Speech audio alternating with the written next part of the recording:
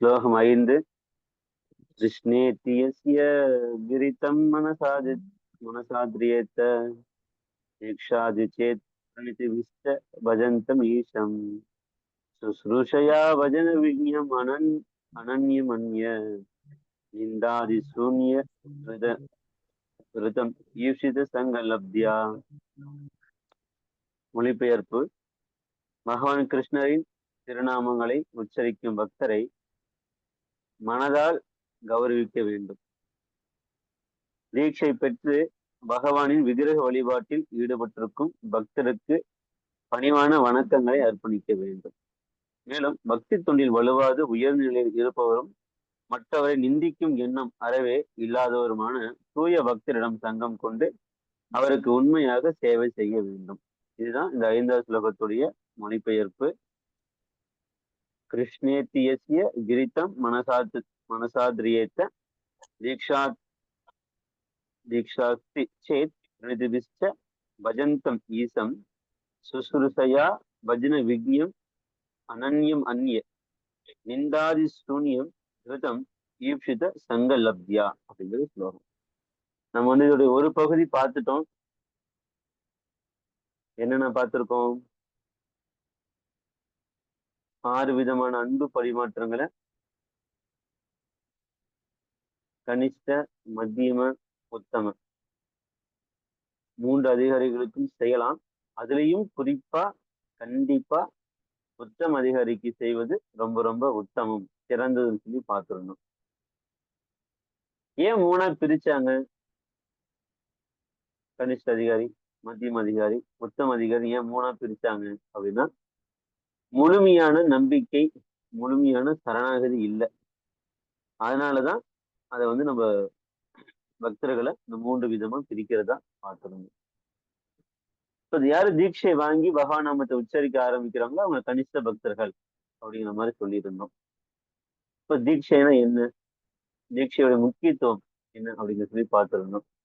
ஒரு குருவுடைய முக்கியத்துவம், தீட்சை வாங்குறோம் பேருக்கு இல்லாம உபதேசங்களை பின்பற்றணும் அப்படிங்கிற நோக்கத்தோட நம்ம தீட்சை வாங்கணும், ஆன்மீக குருவை ஏற்றுக்கணும் அப்படிங்கிற மாதிரி பார்த்திருந்தோம். இதோட நிப்பாட்டி இருந்தோம். இதுக்கப்புறம் தான் நம்ம இந்த 3 பேர் யார், என்னென்ன விதங்களில பிரிச்சிருக்காங்க அப்படிங்கிறத பார்க்க போறோம். அன்னைக்கு சின்னதா போன வாரம் ஒரு டிப்ஸ் மட்டும் சொல்லியிருந்தோம். என்ன ஒரு விஷயம், எந்தெந்த அடிப்படையில பக்தர்களை பிரிக்கிறாங்க? 1, ஹரிநாமத்தை உச்சரிக்கிறதன் அடிப்படையில பிரிக்கிறாங்க. 2வது, சாஸ்திரத்துல எந்த அளவுக்கு நம்பிக்கை இருக்கு அப்படிங்கிறத வைத்து ஒரு விதமா பிரிக்கிறாங்க. 3வது, பக்தர்களை எப்படி டீல் பண்றாங்க, எப்படி நடத்துறாங்க, அவங்க கூட எப்படி பழகுறாங்க, நடத்துறாங்க அப்படிங்கிறது அடிப்படையில பிரிக்கிறத சொல்லி நம்ம 3 விஷயம் சொல்லியிருந்தோம். அப்புறம் ஸ்லோகத்துல இருக்கக்கூடிய விளக்கத்தின் அடிப்படையில் மொத்தம் 4 இருக்கு. நம்ம ஸ்லோகத்துல ஓரளவுக்கு பார்த்துட்டோம், தெரிஞ்சிருச்சு. மிச்சம் இருக்கிற 3 நபர்கள் யாரு யாரு அப்படிங்கிறத பார்க்க போறோம். நம்ம எங்க இருந்து பேசுறோம் அப்படின்னா, இந்த ஸ்லோகம் உபதேசமிரத்திலும் இருக்கு. அதே சமயத்துல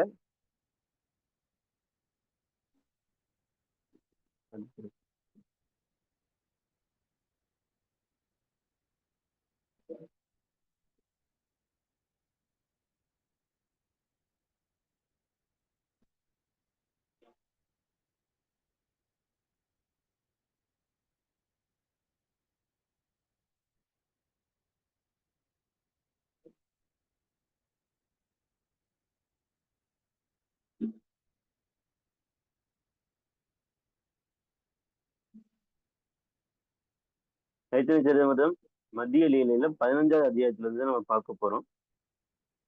இதுலதான் முக்கியமா நம்ம நிறைய விஷயம் தெரிஞ்சுக்கிறோம். இங்க இருந்துதான் பார்த்தா நல்லா இருக்கும். சைத்தன்ய சரிதாமிர்தம் மத்திய லீலை 15வது அத்தியாயம். ஓகே, நம்ம முதல்ல எங்க இருந்து பார்க்கலாம்? 3 சொன்னோம். ஹரிநாமம் இருக்கு,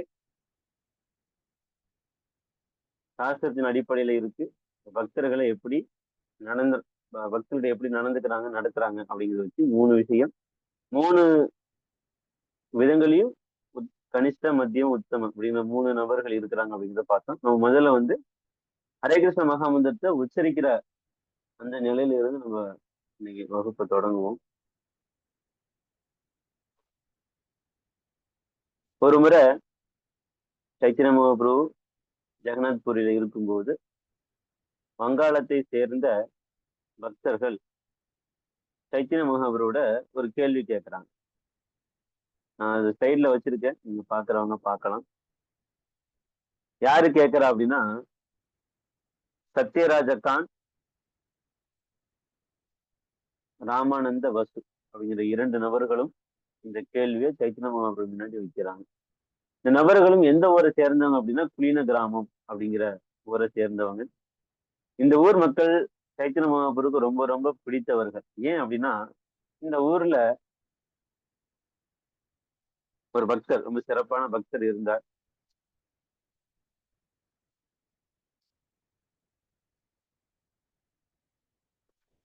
அவர் என்ன செய்வார் அப்படின்னா, ஒரு புக்கு எழுதியிருந்தார். அவர் பேர் வந்து குணராஜ கான். இவரும் குலின கிராமத்தை சேர்ந்தவர் தான். இவர் பேரு குணராஜ கான். இவர் ஒரு புக்கு எழுதியிருந்தார், ஸ்ரீ கிருஷ்ண விஜயம் அப்படிங்கிற புத்தகம். அந்த புத்தகத்துல சைத்தன்ய மகாபிரபுக்கு ஒரு வரி ரொம்ப ரொம்ப பிடிச்சு போயிருந்தது. என்ன வரி அப்படின்னா, நந்த நந்தன, நந்த மகாராஜுடைய மகன் கிருஷ்ண, மோர பிராணநாத, நந்த மகாராஜுடைய மகனான கிருஷ்ணர் என்னுடைய பிராணநாதர் அப்படின்னு சொல்லி குணராஜ கான் ஒரு வாக்கியம் எழுதியிருந்தார். என்ன புத்தகம்? ஸ்ரீ கிருஷ்ண விஜயம் அப்படிங்கிற புத்தகத்துல. அதை படித்த சைத்தன்ய மகாபிரபு சொல்றார், புலின கிராமத்துல இருக்கக்கூடிய எல்லா மக்களும் எனக்கு ரொம்ப ரொம்ப பிரியமானவங்க. மக்கள் மட்டும் கிடையாது, அந்த ஊர்ல செல்ல பிராணின்னு சொல்லக்கூடிய நாய் உட்பட எனக்கு ரொம்ப ரொம்ப பிரியமானது அப்படின்னு சொல்லி சைத்தன்ய மகாபிரபு அந்த ஊர் மக்களை ரொம்ப உயர்ந்து பேசுறார். ஏன்னா பகவான் கிருஷ்ணரை யாரோ ஒருத்தர் வழிபட ஆரம்பிக்கிறாங்களோ அவங்க ரொம்ப புனிதமானவர்கள், ரொம்ப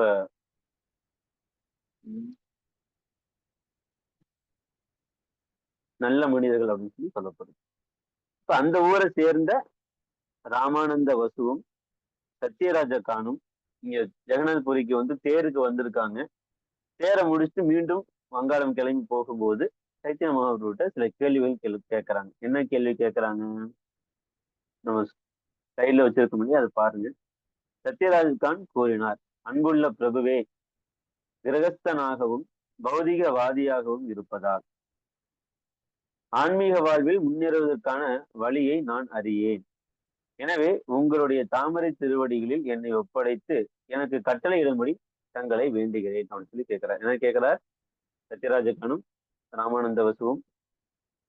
நான் ஒரு குடும்பஸ்தன், மேலும் பௌதிகவாதியா இருக்கிறதுனால நான் எப்படி ஆன்மீக வாழ்க்கையில முன்னேறுவதுன்னு சொல்லி எனக்கு தெரியல. தயவு செய்து என்னை வந்து வழி நடத்துங்க, எனக்கு கட்டளை இடுங்கன்னு சொல்லி கேட்கிறார். அதற்கு சைத்தன்ய மகாபிரபு என்ன சொல்றாரு? 104வது ஸ்லோகம். பிரபு கஹேன கிருஷ்ண சேவா வைஷ்ணவ சேவன நிரந்தரக்கர கிருஷ்ண நாம சங்கீர்த்தன அப்படின்னு சொல்லி சொல்றார்.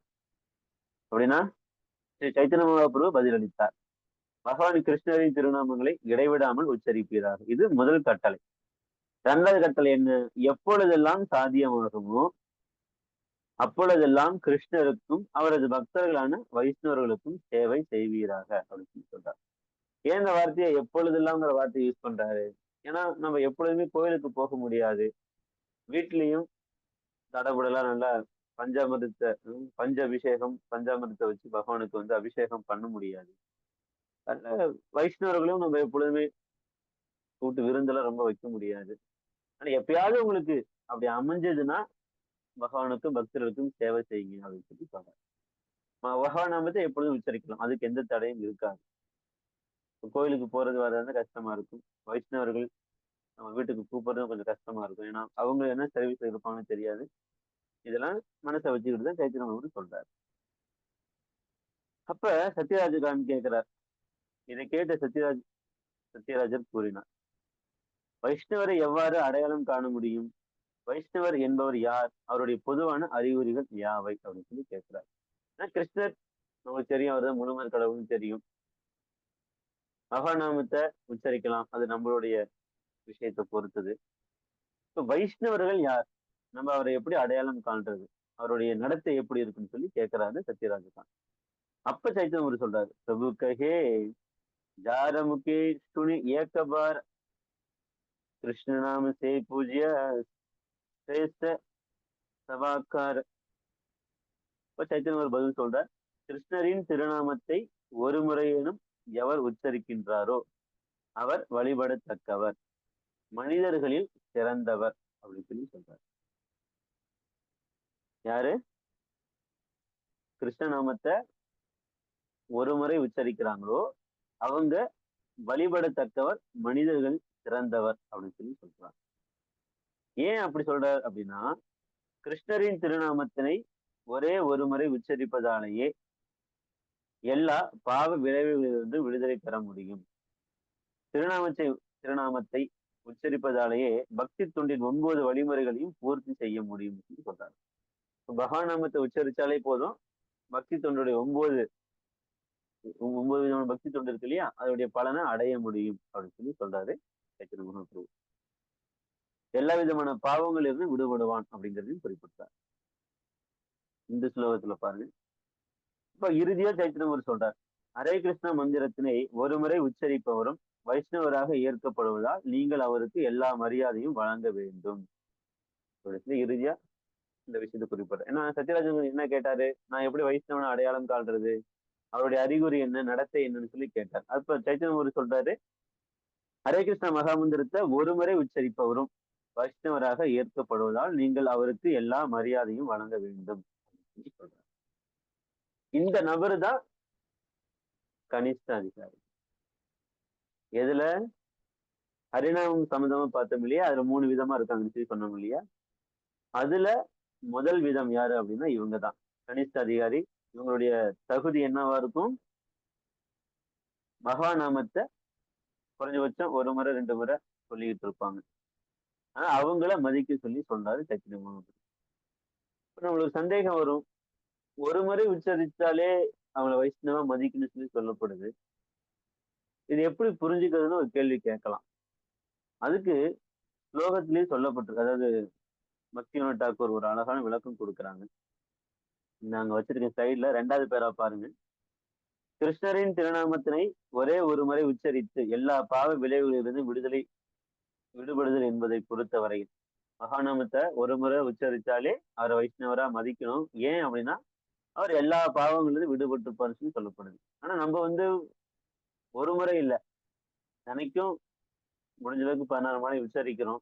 அப்படி இருந்து ஏன் நம்மளுக்கு பிரேமி வருவதில்லை அப்படின்னு சொல்லி கேட்டா, நாம பகவானுடைய நாமத்தை அபராதத்தோட உச்சரிக்கிறோம். அதனாலதான் நம்மளால இந்த கிருஷ்ண பிரேமி அடைய முடியல. ஆனா இந்த ஸ்லோகத்துல சொல்லிக்கிட்டு இருக்கக்கூடிய ஒரே ஒரு முறை உச்சரிப்பவர் அப்படிங்கிறது எதை குறிக்குது அப்படின்னா, திருநாமத்தை உச்சரிப்பவர் எந்த அபராதம் இல்லாமல் உச்சரிக்க வேண்டியது அவசியம். அப்போது ஒரே ஒரு முறை உச்சரிக்கப்படும் நாமம் கூட உயிர் வாழியின் எல்லா பாவங்களிலிருந்து விடுவிப்பதற்கு போதுமானதாகும். பகவானின் திருநாமத்தினை அபராதமின்றி உச்சரிக்கும் அத்தகைய நபர் மிக முக்கியமானவரும் வழிபடத்தக்கவரும் ஆவார் அப்படின்னு சொல்லி சொல்றாங்க. அப்ப ஒரு முறை உச்சரிப்பவர்னா எதை குறிக்குது அப்படின்னா, அபராதங்கள் இல்லாம உச்சரிப்பவரை குறிக்குது. அப்படி நம்ம அபராதம் இல்லாம உச்சரிக்கும் போது அந்த நபரை கனிஷ்ட அதிகாரின்னு சொல்லி சொல்றோம். அவர் சிரவணம், கீர்த்தனம், ஸ்மரணம் அப்படிங்கிற 9 விதமான பக்தி தொண்டுடைய நன்மைகளையும் உடனடியாக அடைகிறார் அப்படின்னு சொல்லி சொல்லப்படுது. புரியுதுங்களே, இவருதான் கனிஷ்ட அதிகாரி. யாரு மகாநாமத்தை ஒரே ஒரு முறை உச்சரிக்கிறாங்களே அவங்கள கனிஷ்ட அதிகாரின்னு சொல்லப்படுது. அந்த நபர் கனிஷ்ட அதிகாரி மேலும் மகாநாமத்தை இடையறாது உச்சரித்து கிருஷ்ண உணர்வுல முன்னேறுவதற்கு விருப்பப்பட்டாருன்னா அவர் நெக்ஸ்ட் கேட்டகரி மத்தியம அதிக லெவலுக்கு போவார். ஆனா இந்த கனிஷ்ட அதிகாரியை நம்ம மதிக்க கத்துக்கணும். ஏன்னா அவர் மகாநாமத்தை உச்சரிக்க முயற்சி பண்ணிக்கிட்டே இருக்கிறார். முக்கியமா அபராதங்கள் இல்லாம உச்சரிக்க முயற்சி பண்ணிக்கிட்டே இருக்கிறார். அத்தகைய கனிஷ்ட அதிகாரியை நாம மதிக்கணும். அதனாலதான் நம்ம ஸ்லோகத்துல கூட பார்த்தோம், மனதளவுல கௌரவிக்க சொல்லி சொல்றாங்க. ஓகே. ஆனா ஒண்ணு புரிஞ்சுக்கணும். பகவான் நாமத்தை நம்ம உச்சரிக்கவே இல்லை அப்படின்னா எவ்வளவு பெரிய பிரச்சாரக்காரர்களா இருந்தாலும் சரி, எவ்வளவு உயர்ந்த நபர்களா இருந்தாலும் சரி, பகவான் நாமத்தை உச்சரிக்காத வரையிலும் நாம் எப்பொழுதுமே பௌதிக வாழ்க்கையில மீண்டும் வீழ்வதற்கான வாய்ப்புகள் உங்களுக்கு ஜாஸ்தியா இருக்கு. ஓகே. குறைஞ்ச அப்படி ஒரு மாலை 2 மாலை பகவான் நாமத்தை உச்சரிச்சுக்கிட்டே இருக்கணும். நம்ம பகவான் நாமத்தை உச்சரிக்கிறத நிப்பாட்டிட்டோம், குறைச்சிட்டோம் அப்படின்னா நம்ம மீண்டும் பௌதீக வாழ்க்கையில கொஞ்சம் கொஞ்சமா மூழ்கி போய்கிட்டே இருக்கும். அதனால உச்சரிக்கிறது ரொம்ப ரொம்ப கஷ்டம். அப்ப நம்ம கேட்கலாம் ஒரு கேள்வி, மகாநாமத்தை ஒரு ஒரு முறை உச்சரிக்கிறது அவ்வளவு கஷ்டமான்னு சொல்லி கேட்போம். கண்டிப்பா. நம்ம இஸ்கான்ல நம்ம இருக்கிறோம், சண்டே ப்ரோக்ராம் போறோம், இல்ல ஜென்மாஷ்டமி போன்ற நிகழ்ச்சிக்கு போறோம், இல்ல நகர சங்கீர்த்தன் இந்த மாதிரி ஆஹ் சில கிராமங்கள்ல சில தெருக்குள்ள போய் நம்ம பஜனை பண்ண போவோம். அப்படி போகும்போது நம்ம மக்களை பார்த்து ஹரே கிருஷ்ணா சொல்லுங்க அப்படின்னு சொல்லி சொல்லுவோம். எல்லாரும் வெளியே வந்துருவாங்க. நம்ம பஜனை பண்ணிட்டு போயிட்டு இருக்கும்போது வெளியே வந்துருவாங்க. இல்ல ஹரே கிருஷ்ணா சொல்லுங்கன்னு சொன்னா, சரிங்க நான் சொல்றேங்க அப்படிமா. இல்ல இப்ப சொல்லுங்க அப்படின்னா அப்படின்னு சொல்லி சிரிச்சுக்கிட்டே அதை அவங்க செய்ய மாட்டாங்க. அதே சின்ன குழந்தைகளை பார்த்து கூப்பிட்டு என்ன செய்வாங்க, ஹரே கிருஷ்ணா சொன்னா அவங்க ஹரே கிருஷ்ணா சொல்லுவாங்க. ஏன் அது மாதிரி சொல்லப்படுதுன்னா, சின்னவங்க கள்ளங்கபடம் இல்லாத நபர்கள் டக்குன்னு சொல்லிடுவாங்க. பெரியவங்களால அந்த மாதிரி சொல்லவே முடியாது. ஏன்னா அவங்க நிறைய இந்த அகங்காரம்னு சொல்லலாம். உம் இந்த பௌதீகத்தை ரொம்ப உழன்று போய் இருக்கிறதுனால அவங்களால அந்த ஹரே கிருஷ்ண மகாமந்திரத்தை உச்சரிக்க முடியாது. சில சமயம் கோயில கீர்த்தன் பண்ணும்போது பாத்தீங்கன்னா, யாரு அந்த பிரம்மச்சாரிகளா இருக்காங்களோ யாரு தெரிஞ்சவங்களோ அவங்கதான் சேர்ந்து பஜனை பண்ணுவாங்க. ஹரே கிருஷ்ண மகாமந்திரம் உச்சரிப்பாங்க. பின்னாடி இருக்கும் கடைசியா இருக்கவங்க எல்லாருமே வாயவே திறக்கவே மாட்டாங்க. நான் சொன்னா கூட சொல்லவே மாட்டாங்க. அதனாலதான் பிரபு சில சமயம் சொல்லுவார், எல்லாரும் கை தூக்கி ஹரே கிருஷ்ண மகாமந்திரம் உச்சரிங்க, அப்பதான் நம்ம எல்லாருடைய பாவம் போயிடும்னு சொல்லி சொல்லுவார். ஏன் அந்த மாதிரி வார்த்தை சொல்றாங்கன்னா, நம்ம உச்சரிக்கல, அவங்க சும்மா வெறுமனே உட்கார்ந்துருப்பாங்க. அதனாலதான் வைஷ்ணவர்கள் இந்த மாதிரி சில வார்த்தைகள்லாம் சொல்லி அவங்கள உற்சாகப்படுத்துறாங்க. பட் ஓகே, உச்சரிக்கல. பட் யாராவது உச்சரிக்க ஆரம்பிச்சிட்டாங்கன்னா பகவானாமத்தை அபராதம் இல்லாம தொடர்ந்து உச்சரிக்க ஆரம்பிச்சிட்டாங்கன்னா அவங்கள கனிஷ்ட அதிகாரியா மதிக்கணும். இது முதல் கேட்டகரி. அடுத்தது பாருங்க, இது ஒரு வருஷம் நடந்தது. இந்த இந்த கேள்வி ஒரு வருஷம் நடந்தது. திருப்பி அடுத்த வருஷம் அதே போல குளின கிராம மக்கள் வேற சில பேர், சத்யராஜுக்கானும் ராமானந்த வசூலும் கிடையாது, வேற சில நபர்கள் சைத்தன்ய மகாபுரோட சரணடைந்து அவர்கிட்ட கேட்கறாங்க, எங்களுடைய கடமை என்ன, நாங்க எப்படி செய்யறதுன்னு சொல்லி கேட்கறாங்க. அப்ப சைத்தன்ய மகாபுரு சொல்றாரு, என்ன சொல்றாரு, நீங்கள் வைஷ்ணவ சேவையில் ஈடுபட்டு எப்போதும் கிருஷ்ணனின் திருநாமத்தை உச்சரிக்க வேண்டும். போன நபருக்கு கொடுத்த அதே விஷயம்தான், மகாநாமத்தை உச்சரிங்க, வைஷ்ணவருக்கு சேவை செய்யுங்க. இந்த இரு விஷயங்களை நிறைவேற்றினால் வெகு விரைவில் கிருஷ்ணரின் தாமரை திருவடிகளில் அடைக்கலம் பெறுவீர் அப்படிங்கிற இந்த 2 விஷயத்தை நீங்க தொடர்ந்து செஞ்சீங்கன்னா நீங்க கிருஷ்ணனுடைய தாமரை திருவடிகள்ல அடைக்கலம் பெறுவீர்னு சொல்லி சொல்றாரு. அப்ப குளின கிராமவாசிகள் கேட்கிறாங்க, என்ன கேட்கிறாங்க, உண்மையான வைஷ்ணவர் யார் என்பதையும் அவருடைய அறிகுறிகள் என்ன என்பதையும் அருள் கூர்ந்து எங்களுக்கு தெரிவிப்பீராக.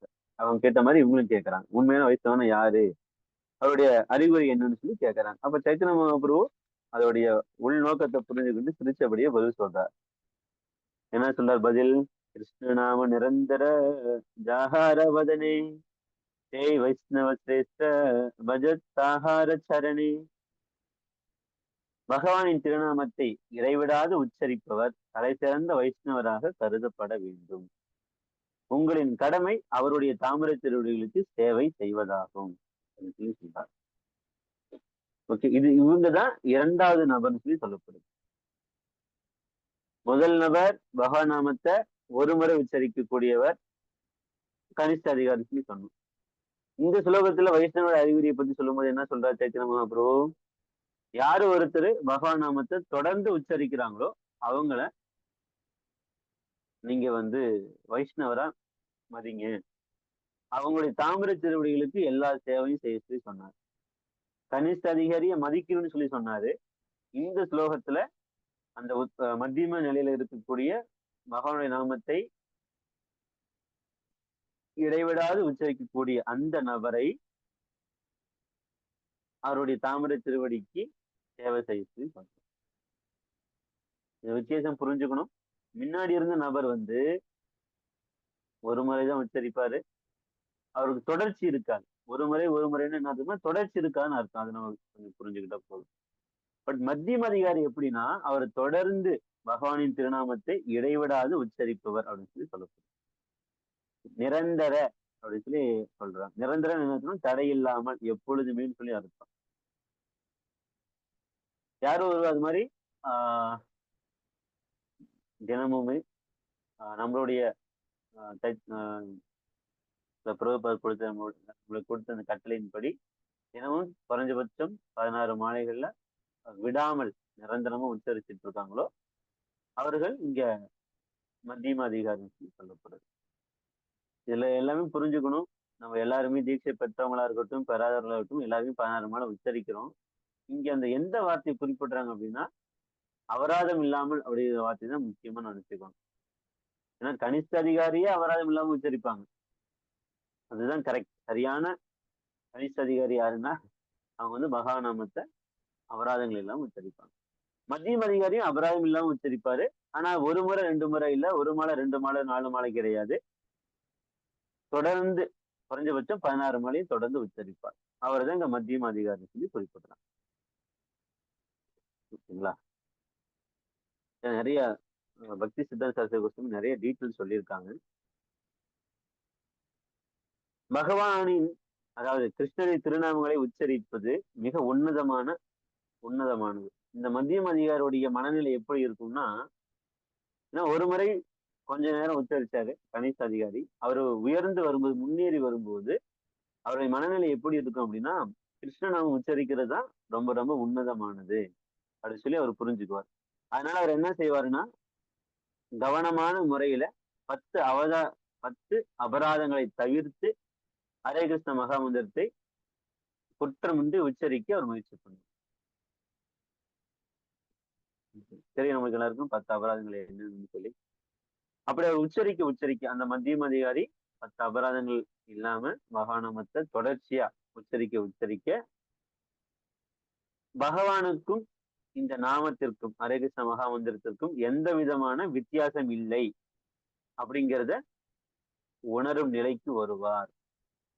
கனிஷ்ட அதிகாரிக்கு இந்த ஒரு அண்டர்ஸ்டாண்டிங் இருக்காது. எந்த அண்டர்ஸ்டாண்டிங்? அவர் பகவான் நாமத்தை உச்சரிக்கலாம், இன்னும் ரொம்ப தெளிவா சொல்ல போனா அபராதங்கள் எல்லாம் உச்சரிக்கலாம். ஆனா அவருக்கு இந்த ஒரு தெளிவு இருக்காது. பகவானுக்கும் பகவான் நாமத்துக்கும் வித்தியாசம் இல்லை அப்படிங்கிற தெளிவு அவருக்கு இருக்காது. ஆனா மத்தியம அதிகாரி என்ன செய்வாரு? 16 மாலை உச்சரிப்பாரு, 10 விதமான அபராதங்கள் இல்லாம உச்சரிப்பாரு. மேலும் பகவானுக்கும் நாமத்துக்கும் எந்த வித்தியாசம் இல்லை அப்படிங்கிறதையும் புரிஞ்சிருப்பார். இவருதான் மத்தியம அதிகாரி. அப்ப என்ன செய்யணும்? கனிஷ்ட அதிகாரியான அந்த நபர் மத்தியம அதிகாரியான இவருக்கு வணக்கத்தை செலுத்தணும், மரியாதையை கொடுக்கணும்னு சொல்லி சொல்லப்படுது. மகாநாமத்தை வந்து நம்ம அபராதம் இல்லாம உச்சரிக்காத வரையிலும் கிருஷ்ண உணர்வுல முன்னேற்றம் பெற இயலவே இயலாது. நான் கவனமும் இருந்துக்கணும். எத்தனை பேர் இதெல்லாம் நம்ம நினைச்சு பார்க்கறோம்னு தெரியல. ஜாமுன்னமா நம்ம வந்து அபராதம் பண்றோமா பண்ணலையான்னு சொல்லி எத்தனை பேர் நினைச்சு பார்க்கறோம்னு தெரியல. ஆனா யாரு ஒருத்தர் பகவான் நாமத்தை தொடர்ந்து உச்சரிக்கிறாங்களோ அபராதங்கள் 10 விதமான அபராதங்கள் எல்லாம் உச்சரிக்கிறாங்களோ அவர்கள் தான் அந்த உண்மையாலுமே மகானுக்கும் மகாநாமத்துக்கும் வித்தியாசம் இல்லை அப்படிங்கிறத உணர முடியும். இதுல ஒரு கேள்வி, இது சம்பந்தம் ஏதாவது ஒரு ஸ்லோகம் இருக்கா? பகவானுக்கும் மகாநாமத்துக்கும் வித்தியாசம் இல்லை அப்படிங்கிற ஒரு ஸ்லோகம் இருக்கா? கேள்விப்பட்டிருக்கீங்களா? யாராவது சொல்ல முடியுங்களா? எத்தனை பேர் இருக்கும்? 10 பேர் இருக்கும். பகவானுக்கும் பகவானுடைய நாமத்துக்கும் வித்தியாசம் இல்லை அப்படின்னு சொல்லி சொல்லக்கூடிய ஸ்லோகம் ஏதாவது இருக்கா? ஏன்னா அவங்கதான் இந்த ஸ்லோகத்தை தெரிஞ்சிருக்கணும். அதற்காக அந்த ஸ்லோகத்தை வச்சு அவங்க பிரார்த்தனை பண்ணணும். ஓகே, அதனால அந்த ஸ்லோகம் கேட்கிறோம். யாருக்கா தெரியுமா அப்படின்னு சொல்லி கேட்கிறோம். யாராவது சொல்ல முடியுங்களா?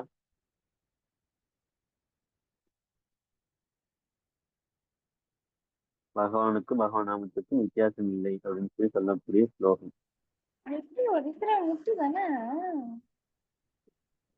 மாதாஜி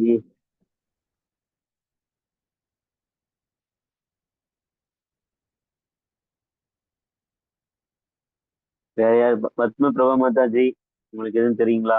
காளிந்தி மாதாஜி உங்களுக்கு எதுவும் தெரியுமா? சாந்தி மாதாஜி உங்களுக்கு எதுவும் தெரியுமா? பகவானுக்கும் பகவான் நாமத்துக்கும் வித்தியாசம் இல்லை அப்படிங்கிற ஸ்லோகம். ஏன்னா கனிஷ்ட அதிகாரி தெரிஞ்சுக்கணுங்கிற. சொல்லுங்க.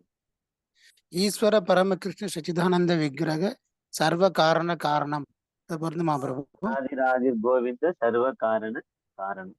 காரணம் அனாதிராதிர் கோவிந்தம். அனாதிராதிர் கோவிந்த சர்வ சர்வ காரணம் காரணம் காரணம். இது இந்த ஸ்லோகம் வந்து பகவான் எல்லாத்துக்கும் ஆதி காரணமானவர் அப்படிங்கிற மாதிரி இந்த ஸ்லோகம். நான் கேக்குறது பகவானுடைய நாமத்துக்கும் அவருக்கும் வித்தியாசம் இல்லை. படிக்கிற மாதிரி ஒரு ஸ்லோகம் இருக்கு, அந்த மாதிரியே அந்த ஸ்லோகம் வரும். அதுக்கு யாருக்கா தெரிஞ்சிருக்கா? ஹரே கிருஷ்ணா.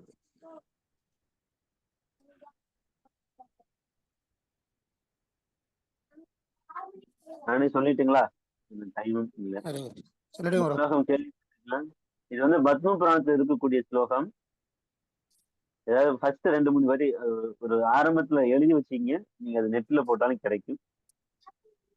நாம சிந்தாமணி கிருஷ்ண சைத்தன்ய ரச விக்கிரக பூர்ண சுத்தோ நித்திய முக்தோ அபிநத்வான் நாம நாமினோ அப்படின்னு சொல்லி அர்த்தம். என்ன அர்த்தம்? அபிநத்வான் நாம நாமினோ. பின்னம். பின்னம்னா வேறுபாடு இல்லையா? பின்னம்னா உடைச்சு போறது பின்னம். பின்னம்னா உடையில, வேறுபாடு இல்லை. எதுக்கு வேறுபாடு இல்லை? நாம நாமி. நம்ம கூட நாமினி ஏதாவது இதுல நாமினேஷன் தாக்கல் பண்றாங்க, நாமினியா கையெழுத்து போறாங்க இல்லையா? அந்த மாதிரி நாம நாமி. பின்னம் கிடையாது. பகவானுக்கும் பகவானின் நாமத்துக்கும் வித்தியாசம் இல்லைன்னு சொல்லி சொல்லக்கூடிய ஸ்லோகம் இந்த ஸ்லோகம்.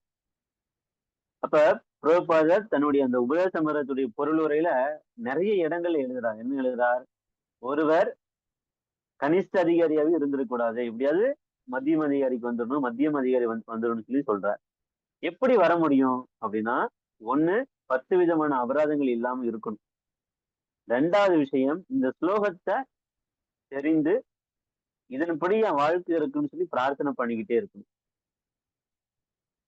நாம சிந்தாமணி கிருஷ்ண சைத்தன்ய ரச விக்கிரக பூர்ண சுத்தோ நித்திய முக்தோ அபிநத்வான் நாம நாமினோ அப்படிங்கிற மாதிரி ஸ்லோகத்தை சொல்ல. நாம சிந்தாமணி கிருஷ்ண சைத்தன்ய ரச விக்கிரக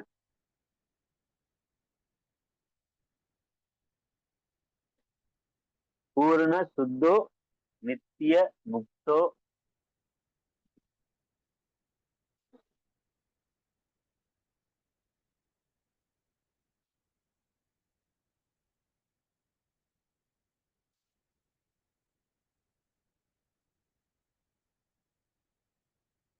நித்திய முக்தோ அபிநத்வான் நாம நாமினோ.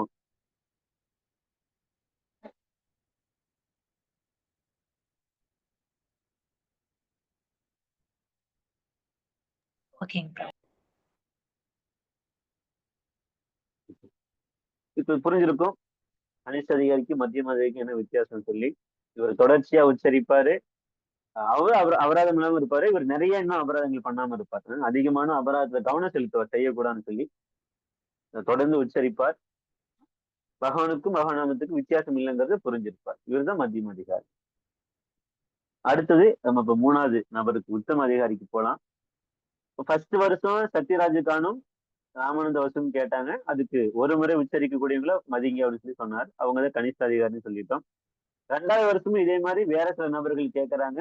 வைஷ்ணவர்னா யாருன்னு சொல்லி கேட்கும்போது சைத்தன்யம் அவர் சொல்றாரு, இடையறாமல் யாரும் உச்சரிக்கிறாங்களோ அவங்கதான் வைஷ்ணவர்கள், அவங்களுக்கு சேவை பண்ணுங்க, தாமிர திருவடிகளுக்கு சேவை பண்ண சொல்லி சொன்னாரு. இவங்க மத்தியம் அதிகாரின்னு சொல்லி சொல்லப்படுது. இப்ப திருப்பி 3வது வருஷமும் இதே கேள்விய புலின கிராமவாசிகள் மக்கள் கேட்கறாங்க. அது இருக்கும் 73வது ஸ்லோகம். இது வந்து 16வது அத்தியாயம். மத்திய லீலையில. அதற்கு அடுத்த ஆண்டில், அதாவது 3வது ஆண்டில் குயின கிராமவாசிகள் மகாபிரபுவிடம் மீண்டும் அதே வினாவை எழுப்ப ஸ்ரீ சைத்தன்ய மகாபிரபு அவர்களுக்கு வைஷ்ணவர்களின் வெவ்வேறு நிலைகளை மீண்டும் எடுத்துரைத்தார். இந்த ஸ்லோகத்துல என்ன சொல்றான்னு பாருங்க. தம்முடைய தரிசனத்தின் மூலமாகவே கிருஷ்ணநாமத்தை உச்சரிப்பதற்கு மற்றவர்களை யார் தூண்டுகிறாரோ அவரே முதல் தரமான வைஷ்ணவர். புரியுது இல்லையா? கனிஷ்ட அதிகாரி சொன்னாரு, அப்புறம் மத்தியம அதிகாரி சொன்னாரு. இந்த ஸ்லோகத்திலே ஒரு வார்த்தை வருது, முதல் தர வைஷ்ணவர் அப்படின்னு சொல்லி. அப்படின்னு யார், அவர் என்ன அர்த்தம்? அவருடைய தகுதி எப்படி இருக்கும் அப்படின்னா, தம்முடைய தரிசனத்தின் மூலமாகவே, அதாவது ஒருத்தரை பார்த்த உடனேயே கிருஷ்ணா ஹரிபோல் அப்படின்னு சொல்லி யாராவது சொல்ல ஆரம்பிக்கிறாங்கன்னா அவர்கள் தான் முதல் தர வைஷ்ணவர்கள் அப்படின்னு சொல்லி சொல்லப்படுது. இதற்கு நம்மளுக்கு நல்ல தெரிந்த உதாரணம் நம்மளுடைய குரு மகாராஜ். அவர் எவ்வளவுதான் உடம்பு சரியாம இருந்தாலும் சரி, அவர் நம்ம கண்ணு முன்னாடி வந்துட்டா போதும், நம்ம எல்லாருமே ஆஹ் மகாராஜ் ஹரிபோல்னு சொல்லி கூப்பிடுவோம். அவர் எல்லாரையும் நம்மள பகவானுடைய நாமத்தை உச்சரிக்க சொல்லி தூண்டுவார். லைக் பாதி பாதி ஹரே கிருஷ்ணன் சொல்லுவாரு, மீதி ஹரே கிருஷ்ணன் நாம சொல்லுவோம். ஜெய் ஸ்ரீ கிருஷ்ணன் பாதி சொல்லுவாரு, நாம பாதி சொல்லுவோம். இந்த மாதிரி நம்மளை எப்பொழுதுமே தூண்டிக்கிட்டே இருப்பார். இதனாலதான் அவங்க உத்தம அதிகாரிகள், முதல் தர வைஷ்ணவர்கள் சொல்லி சொல்லப்படுது. இல்ல பிரபுபாதருடைய காலத்துல கூட அவர் பொதுவா ஒரு நாட்டுல இருந்து இன்னொரு நாட்டுக்கு போய்கிட்டே இருப்பாரு. அப்ப அந்த ஏர்போர்ட்ல இறங்கின உடனேயே அவரை சுத்தி நிறைய பக்தர்கள் நடனம் ஆடிக்கிட்டே இருப்பாங்க. பகவான் நாமத்தை உச்சரிச்சுக்கிட்டு டான்ஸ் பண்ணிக்கிட்டே இருப்பாங்க. நம்மள சில வீடியோ எல்லாம் பார்த்திருப்போம் நம்ம இதுல எல்லாம். இதுதான் உத்தம அதிகாரியுடைய நிலை. இவங்க என்ன செய்வாங்கன்னா தானும் உச்சரிப்பாங்க, மற்றவர்களையும் பார்த்த உடனே உச்சரிக்க வைப்பாங்க. அவங்கள அறியாமலே வரும். குரு மகாராஜ் எல்லாம் பார்த்த உடனே நம்ம தன்னை அறியாமலே மகாநாமத்தை எல்லாரும் சொல்ல ஆரம்பிச்சிருவாங்க. ஒரு ஈர்ப்பு வர ஆரம்பிச்சது. அதனால இதுதான் உத்தம வைஷ்ணவருடைய தகுதி. ஓகே, இது நம்ம சொல்லிக்கிட்டே போலாம். அவருக்கு அபராதம் பண்ண மாட்டாரு. பகவானுக்கும் பகவான் நாமத்துக்கும் வித்தியாசம் இல்லை அப்படிங்கறது நம்ம தெளிவா புரிஞ்சிருப்பாரு. மற்றவர்களையும் பகவான் நாமத்தை உச்சரிக்க தூண்டுவார். அதுவும் பார்த்த மாத்திரத்திலும் சொல்லப்பட்டிருக்கு. இவங்கதான் உத்தம வைஷ்ணவர்கள். அவரை பத்தி இன்னும் சில வார்த்தைகள் நம்ம சொல்லிடுறோம். ஹரே கிருஷ்ண மகா மந்திர உச்சாரணத்தில் இந்த உத்தம அதிகாரனவர் என்ன செய்வாரு? முழுமையாக ஈடுபடுவார். மேலும் நம்பிக்கையுடனும் ஈடுபடுவார். அப்படின்னு என்ன அர்த்தம்? இந்த நம்பிக்கைங்கிற வார்த்தைக்கு பகவானுக்கும் பகவான் நாமத்துக்கும் வித்தியாசம் இல்லை அப்படிங்கிற நம்பிக்கையுடன் ஈடுபடுவார். மேலும் முழு மனசுடன், நம்ம கனிஷ்ட அதிகாரி போல அப்ப விட்டு விட்டு கிடையாது, தொடர்ச்சியா பண்ணுவார். அப்ப பகவானுடைய நாமத்தை தொடர்ச்சியா அப்புறம் நம்பிக்கை, பகவானுக்கும் பகவான் நாமத்துக்கும் வித்தியாசம் இல்லை அப்படிங்கிற இதுல ரொம்ப உறுதியா இருப்பார். ஓகே, இவருதான் உத்தம அதிகாரி அப்படின்னு சொல்லி சொல்லப்படுது. இன்னும் ரொம்ப டீப்பா, ரொம்ப ஆழமா அது போயிருப்பார். யாரும் ஒருத்தர் பகவான் நாமத்தை இந்த மாதிரி உச்சரிக்கலையோ, அதாவது நம்பிக்கையோட உச்சரிக்கலையோ, கண்டிப்பா பகவான் அவர்களுக்கு வெளிப்படுத்த மாட்டார். இந்த 3ஆம் தர உத்தம நபர்களுக்கு பகவான் எல்லா இடத்துலயுமே காட்சி அளிப்பார். உதாரணத்துக்கு நீங்க பாத்தீங்கன்னா, நீங்க கேள்விப்பட்டிருக்கலாம், சில பிரபுபாதர் பஜனை பண்ணிக்கிட்டே இருக்கும்போது, அதாவது ஜெயராத மாதவ பாடும்போது அங்க நாரதர் வந்தார்னு சொல்லி சொல்லப்படுது இல்லையா? பெரிய பெரிய பகவான் சில சமயம் அப்படியே காட்சி கொடுப்பார். பிரபுபார் அப்படியே மெய் மறந்து தன்னுடைய பஜனையை நிப்பாட்டிடுவார்னு சொல்லி சொல்லப்படும். இதுதான் உத்தம அதிகாரியுடைய நிலை இந்த மாதிரி இருக்கும். அவர் பகவானுக்கும் பகவான் நாமத்துக்கும் வித்தியாசம் இல்லைங்கிறத புரிஞ்சிருப்பாரு. அபராதம் பண்ண மாட்டார் பகவான் நாமத்துக்கு. அடுத்த 3வது லெவல் அவருக்கு எப்படி இருக்கும் அப்படின்னா, நேரடியாவே பகவான அவர் பார்ப்பார். நாரதர் போன்ற உத்தம நபர்களை பார்ப்பார்னு சொல்லி சொல்லப்படும்.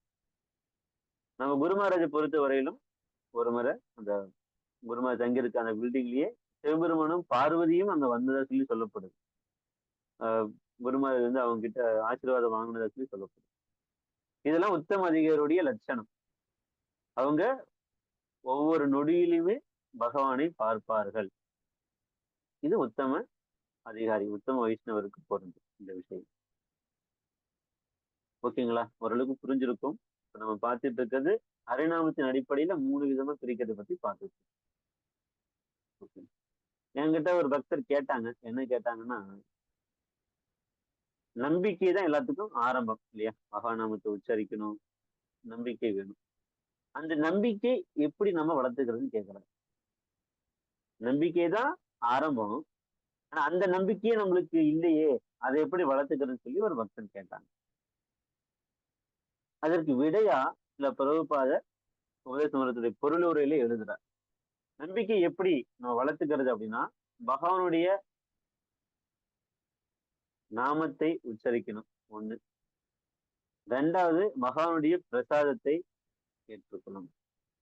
இதை தொடர்ந்து யார் ஒருத்தர் செய்யறாங்களோ அந்த பக்தர்களுக்கு பகவானுடைய நாமத்தின் மீது நம்பிக்கை ஏற்படும். மேலும் அவர் பகவானை ஒவ்வொரு நொடியிலையும் பார்ப்பதற்கு வாய்ப்புகள் இருக்குன்னு சொல்லி சொல்லப்படுது. பகவான் எல்லாருக்கும் தரிசனத்தை கொடுக்க மாட்டார். யார் ஒருத்தர் சேவை செய்யறாங்களோ, பகவானுக்கு தன்னுடைய புலன்களின் மூலியமா சேவை செய்து தன்னை புனிதப்படுத்திக்கிறாங்களோ அவங்களுக்கு தான் பகவான் தன்னை காட்டுவார்.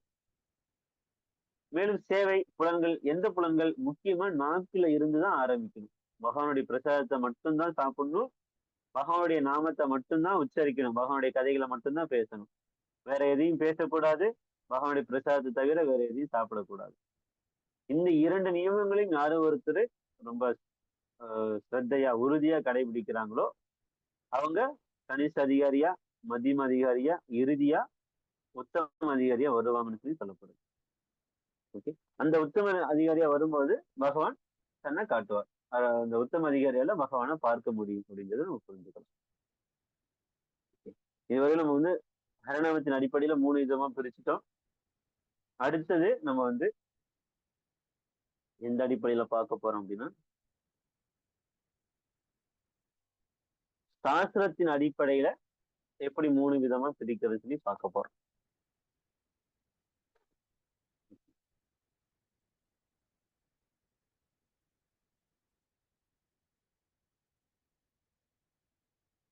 ஸ்லோகம் இருக்கு பாருங்க.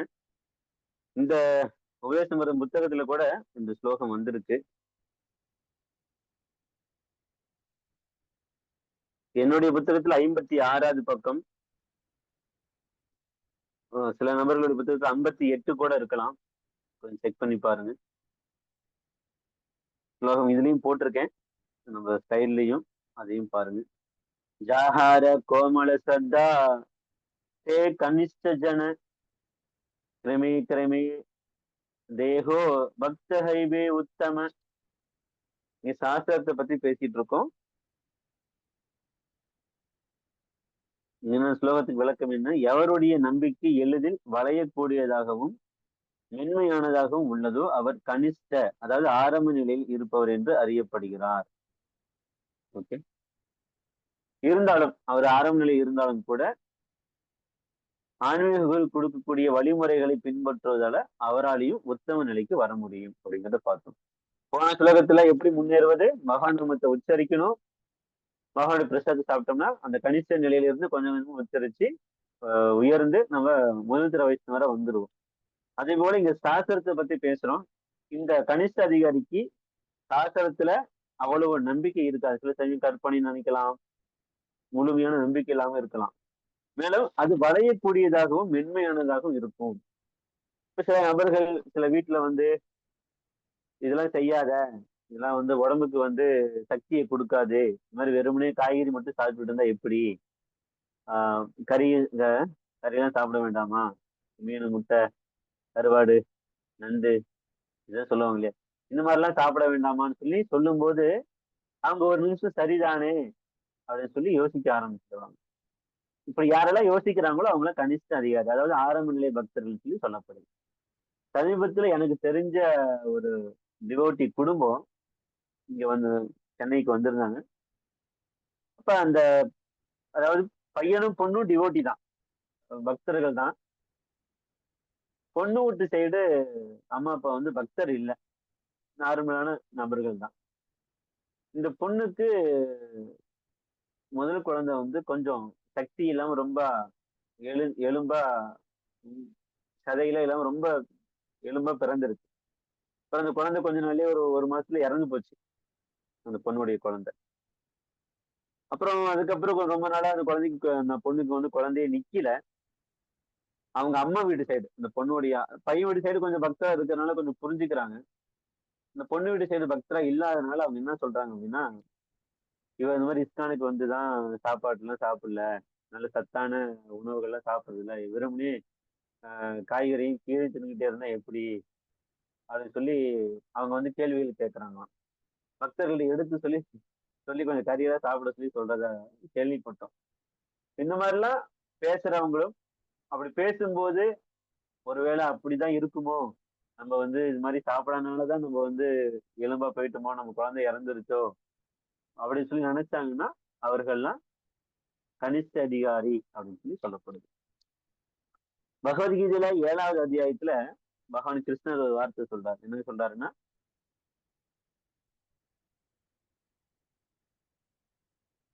ரொம்ப அழகான ஸ்லோகம். அது தமிழ் அர்த்தம் என்னன்னா, நான் வந்து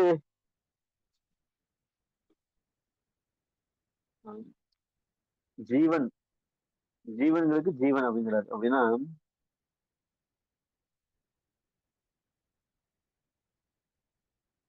உயிரினங்களின் உயிர் அப்படிங்கிற வார்த்தையை கொண்டுட்டு வர பகவான் கிருஷ்ணர் 7வது அத்தியாயத்துல இந்த ஸ்லோகம் இருக்கு. 7.9 இந்த ஸ்லோகம் இருக்கு. என்ன அர்த்தம்? ஜீவனம் சர்வ பூதேஷு அப்படின்னா எல்லா உயிரினங்களுக்கும் உயிர் அப்படின்னு சொல்லி சொல்லப்படுது. பகவான் தான் நம்ம எல்லாருக்கும் உயிர் கொடுக்காரே தவிர, அவருடைய கருணையாலதான் நம்ம வந்து நம்மளுடைய வாழ்நாள் நீடிக்குதோ குறையுதோ தவிர, காய்கறி சாப்பிட்டோ மற்ற விஷயம் சாப்பிட்டோ கிடையாது.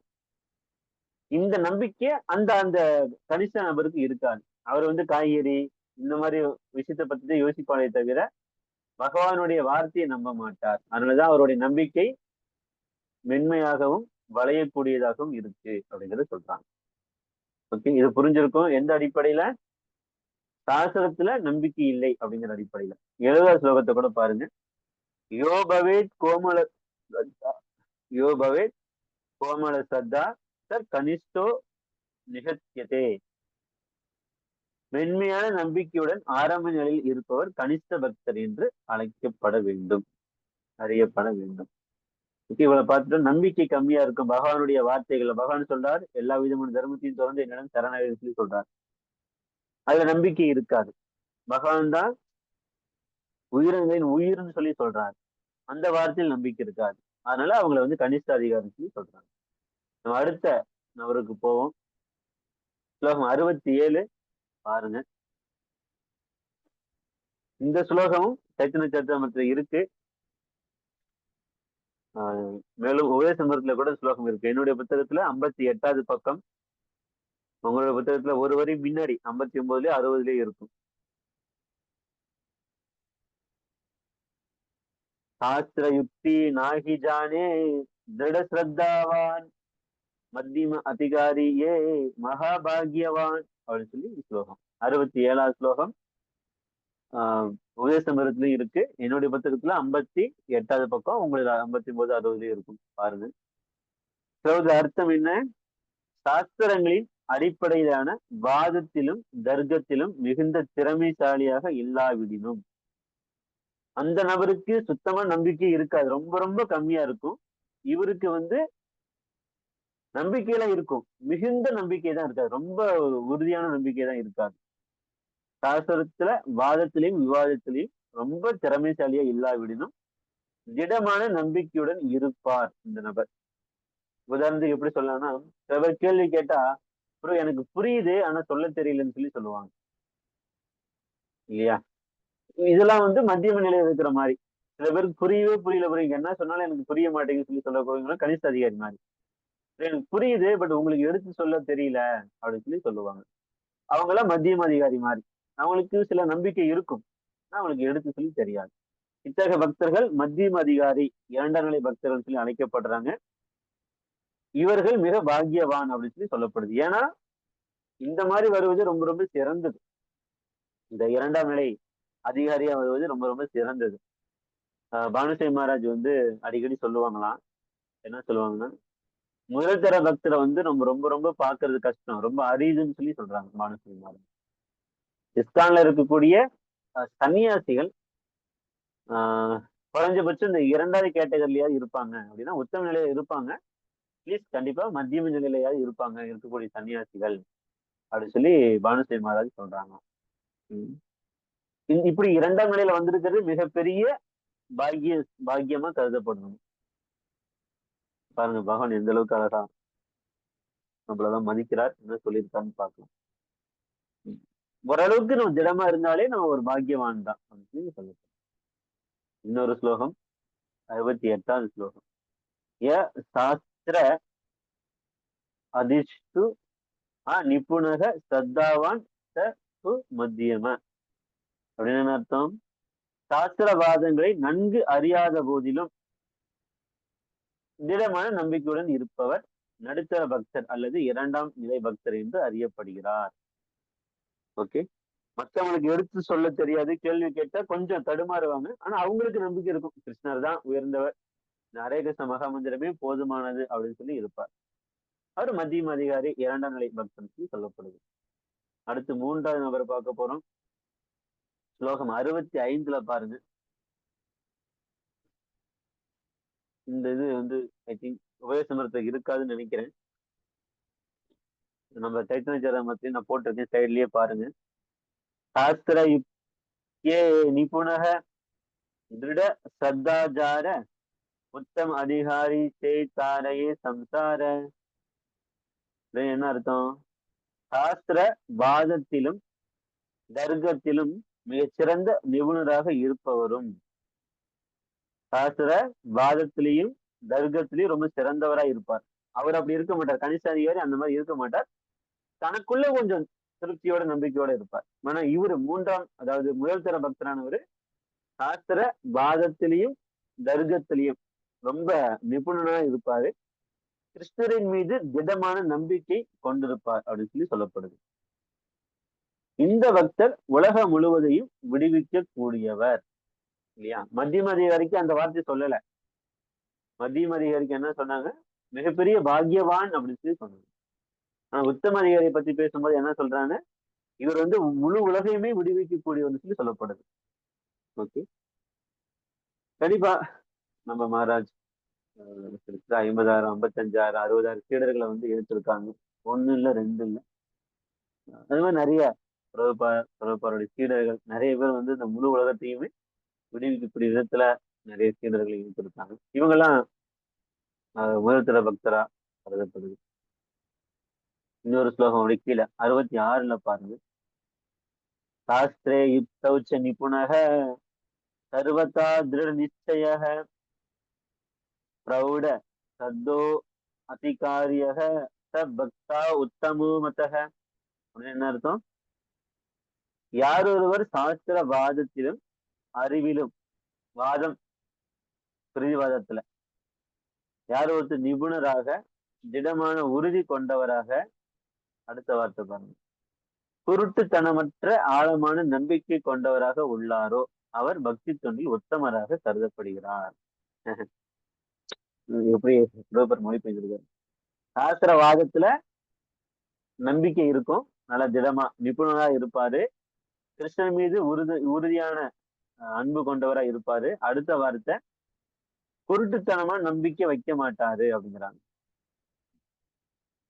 அவருக்கு எல்லா விஷயத்துக்கு பின்னாடி லாஜிக் இருக்கும், ஒரு கரெக்டான ரீசன் இருக்கும், சும்மா வெறுமனே அவர் வந்து நினைக்க மாட்டார். அவருதான் உத்தமராக இங்கு கருதப்படுறார் அப்படின்னு சொல்லி சொல்றாங்க. ஹரிநாமத்தின் அடிப்படையில 3 பேர்த்த பார்த்தாச்சு, சாஸ்திரத்தின் அடிப்படையில ஒரு 3 பேரை பார்த்தாச்சு. டவுட் இருந்தா குறிச்சு வச்சுக்கி நம்ம பின்னாடி பார்க்கலாம். அடுத்தது வந்து மூணாவதா பக்தர்களை எப்படி நடத்துறாங்க, எப்படி பக்தர்கிட்ட டீல் பண்றாங்க அப்படின்னு சொல்லி ஒரு 3 பேர் இருக்காங்க, அதையும் பார்த்துருவோம். பார்த்துட்டா இந்த ஸ்லோகம் முடியுது. ஸ்லோகம் 74 நான் சைட்ல காட்டிக்கிட்டு இருக்கேன், நீங்க பார்க்கலாம். அர்ச்சாயாம் ஏவ ஹரையே பூஜாமிய சத்தையே ஹைதே ந தத் பக்தேஷு சான்யேஷு ச பக்த பிராகிருத ஸ்மிருத. ஸ்லோகம். இந்த ஸ்லோகம் வந்து உபதேசத்திலேயே ஆரம்பத்திலே இருக்கு. பொருளுரையிடம் முதல் பக்கத்திலேயே இது இருக்கு. நீங்க செக் பண்ணி பாருங்க.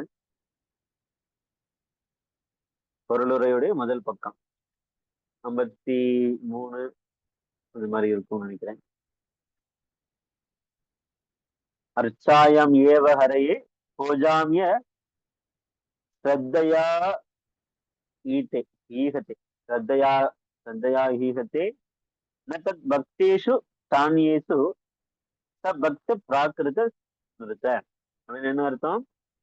பிராகிருத பக்தன், அதாவது கனிஷ்ட அதிகாரி எப்படி டீல் பண்ணுவான்னு பார்த்துட்டு இருக்கோம். நல்லா கவனமா குறிச்சு வச்சுக்கணும். அவன் என்ன செய்வான்? சாஸ்திரங்களை குறிக்கோளுடன் படிப்பதில்லை, தூய பக்தி தொண்டின் உண்மையான தரத்தினை புரிந்து கொள்வதில்லை. இதன் வாயிலாக அவன் முன்னேறிய பக்தர்களுக்கு உரிய மரியாதையினை வழங்குவதில்லை. புரிஞ்சுதா? கனிஷ்ட அதிகாரி சாஸ்திரத்தை படிக்க மாட்டான், அந்த பக்தியோட உண்மையான தரம் எது பக்திங்கிறது தெரிஞ்சிருக்காது, அவனுக்கு புரிஞ்சிருக்காது. இதனால அந்த முன்னேறிய பக்தர்களுக்கு உரிய மரியாதையை வழங்குவதில்லை. இருப்பினும் அவன் தனது ஆன்மீக குருவிடமிருந்து அல்லது விக்கிரகத்தை வழிபடும் தனது வம்சத்திடமிருந்து தான் கற்ற இயமங்களை பின்பற்றலாம். ஜஸ்ட் விக்கிரகத்தை மட்டும் வழிபட்டுக்கிட்டே இருப்பான். குரு சொல்லியிருப்பாரு, இல்லாட்டி நான் பரம்பரையா ஏதாவது நம்ம கூட சொல்லுவாங்க இல்லையா, எங்க வீட்டுல கூட எங்க தாத்தா வழிபட்ட, எங்க அப்பா வழிபட்ட கிருஷ்ண விக்கிரகம் இருக்கு அப்படின்னு சொல்லி சொல்லுவாங்க. அது மாதிரி ஏதாவது விக்கிரகத்தை வழிபட்டுட்டு இருப்பாங்க. ஆனா உயர்ந்த பக்தருக்கு மரியாதை எப்படி கொடுக்கணும்னு சொல்லி தெரியாது. அவன் பக்தி தொண்டில் முன்னேறுவதற்கு முயலும் போதிலும் பௌதிக தளத்தில் இருப்பவனாக கருதப்படுகிறான்.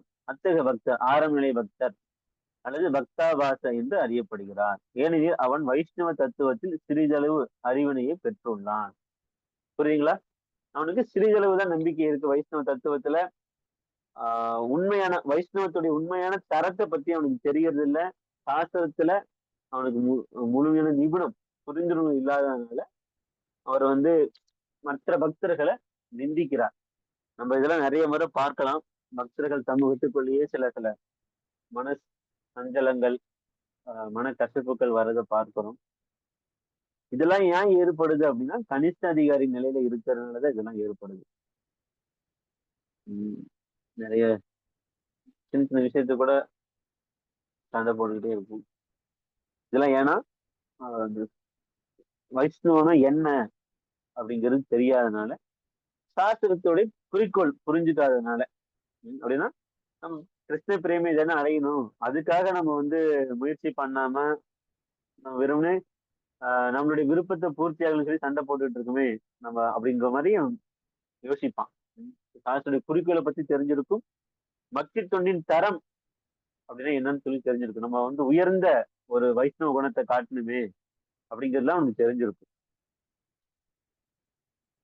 ஓகே, இது பக்தர்கள் எப்படி நடந்துக்கிறத பொறுத்து சொல்லப்படுது. பக்தர்களை சரியா மதிக்க தெரியாத நபர்கள், மரியாதை வழங்காத நபர்களை இங்க வந்து கனிஷ்ட அதிகாரின்னு சொல்லி குறிப்பிடுறாங்க. அடுத்த பக்தர் நம்ம பார்க்க போறோம்.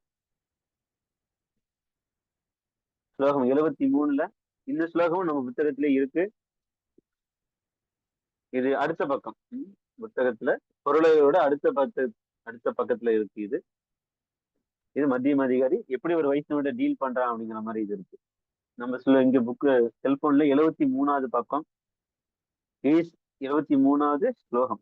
ஈஸ்வரே தத் அதினேஷு பாலிசேஷு துஷத்சு ச பிரேம மைத்ரி கிருபோபேக்ஷா ய கரோதி ச மத்தியம அப்படின்னு சொல்லி சொல்லப்படுது. அப்படின்னு என்ன அர்த்தம்?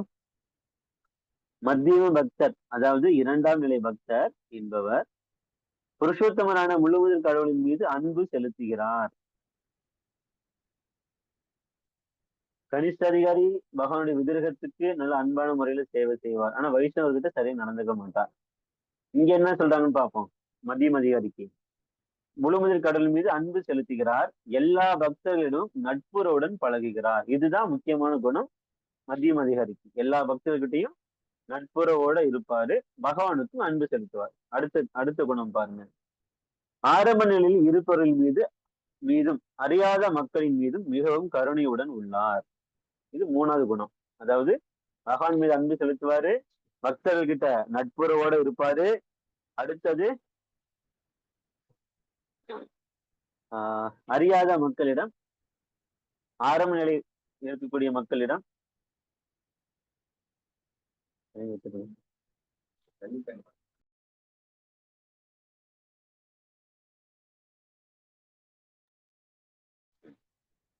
ஆரம்ப நிலை இருக்கும் கூட ரொம்ப கருணையோட இருப்பார். அப்புறம் 4வது பாயிண்டா, பக்தி தொண்டின் மீது பொறாமை கொண்டிருப்பவர்களை புறக்கணிக்கிறார். இது 4வது பாயிண்ட். அதாவது பக்திக்கு ஒத்து வராத அந்த நாஸ்திகர்கள் கிட்ட எல்லாமே, ஞானி, கருமி, யோகி, நாஸ்திகன் இவங்கிட்ட இருந்து கொஞ்சம் ஒதுங்கி இருப்பார், புறக்கணித்து இருப்பாரு. கொஞ்சம் யாராவது நம்பிக்கை இருக்கு, கொஞ்சம் முயற்சி பண்றாங்க அப்படின்னா அந்த ஆரம்ப நிலை உள்ளவங்களுக்கு மேல கருணை உள்ளவரா இருப்பாரு. பக்தர்கிட்ட ரொம்ப நட்புறவோட இருப்பாரு. பகவான் மேல அன்பு செலுத்துவார். இந்த 4 விஷயங்களும் டீல் பண்றது அடிப்படையில பார்க்கும்போது மத்தியம அதிகாரி கிட்ட இருக்கக்கூடிய ஒரு குணமா சொல்லப்படுது. அடுத்தது நம்ம உத்தம அதிகாரி பத்தி பார்க்க போறோம். ஸ்லோகம் 72ல பாருங்க. இந்த ஸ்லோகம் புத்தகத்துல இல்லைன்னு நினைக்கிறேன். உபயோசமத்துல இல்ல, பட் இங்க சைட்ல காட்டுறோம்.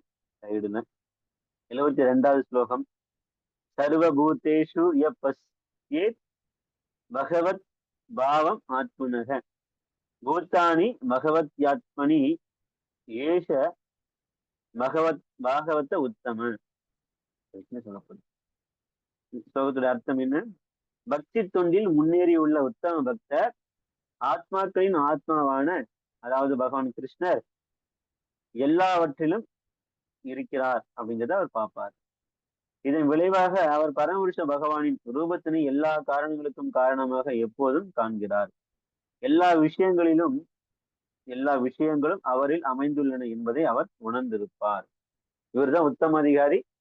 நம்ம பார்த்தோம் இல்லையா ஸ்லோகத்துல, யாரையும் நிந்திக்க மாட்டாரு, யாரையும் குறை சொல்லி பேச மாட்டாரு அப்படின்னு சொல்லி பார்த்தோம் இல்லையா. இதெல்லாம் இவருக்கு பொருந்தும், இந்த உத்தம அதிகாரிக்கு பொருந்தும்.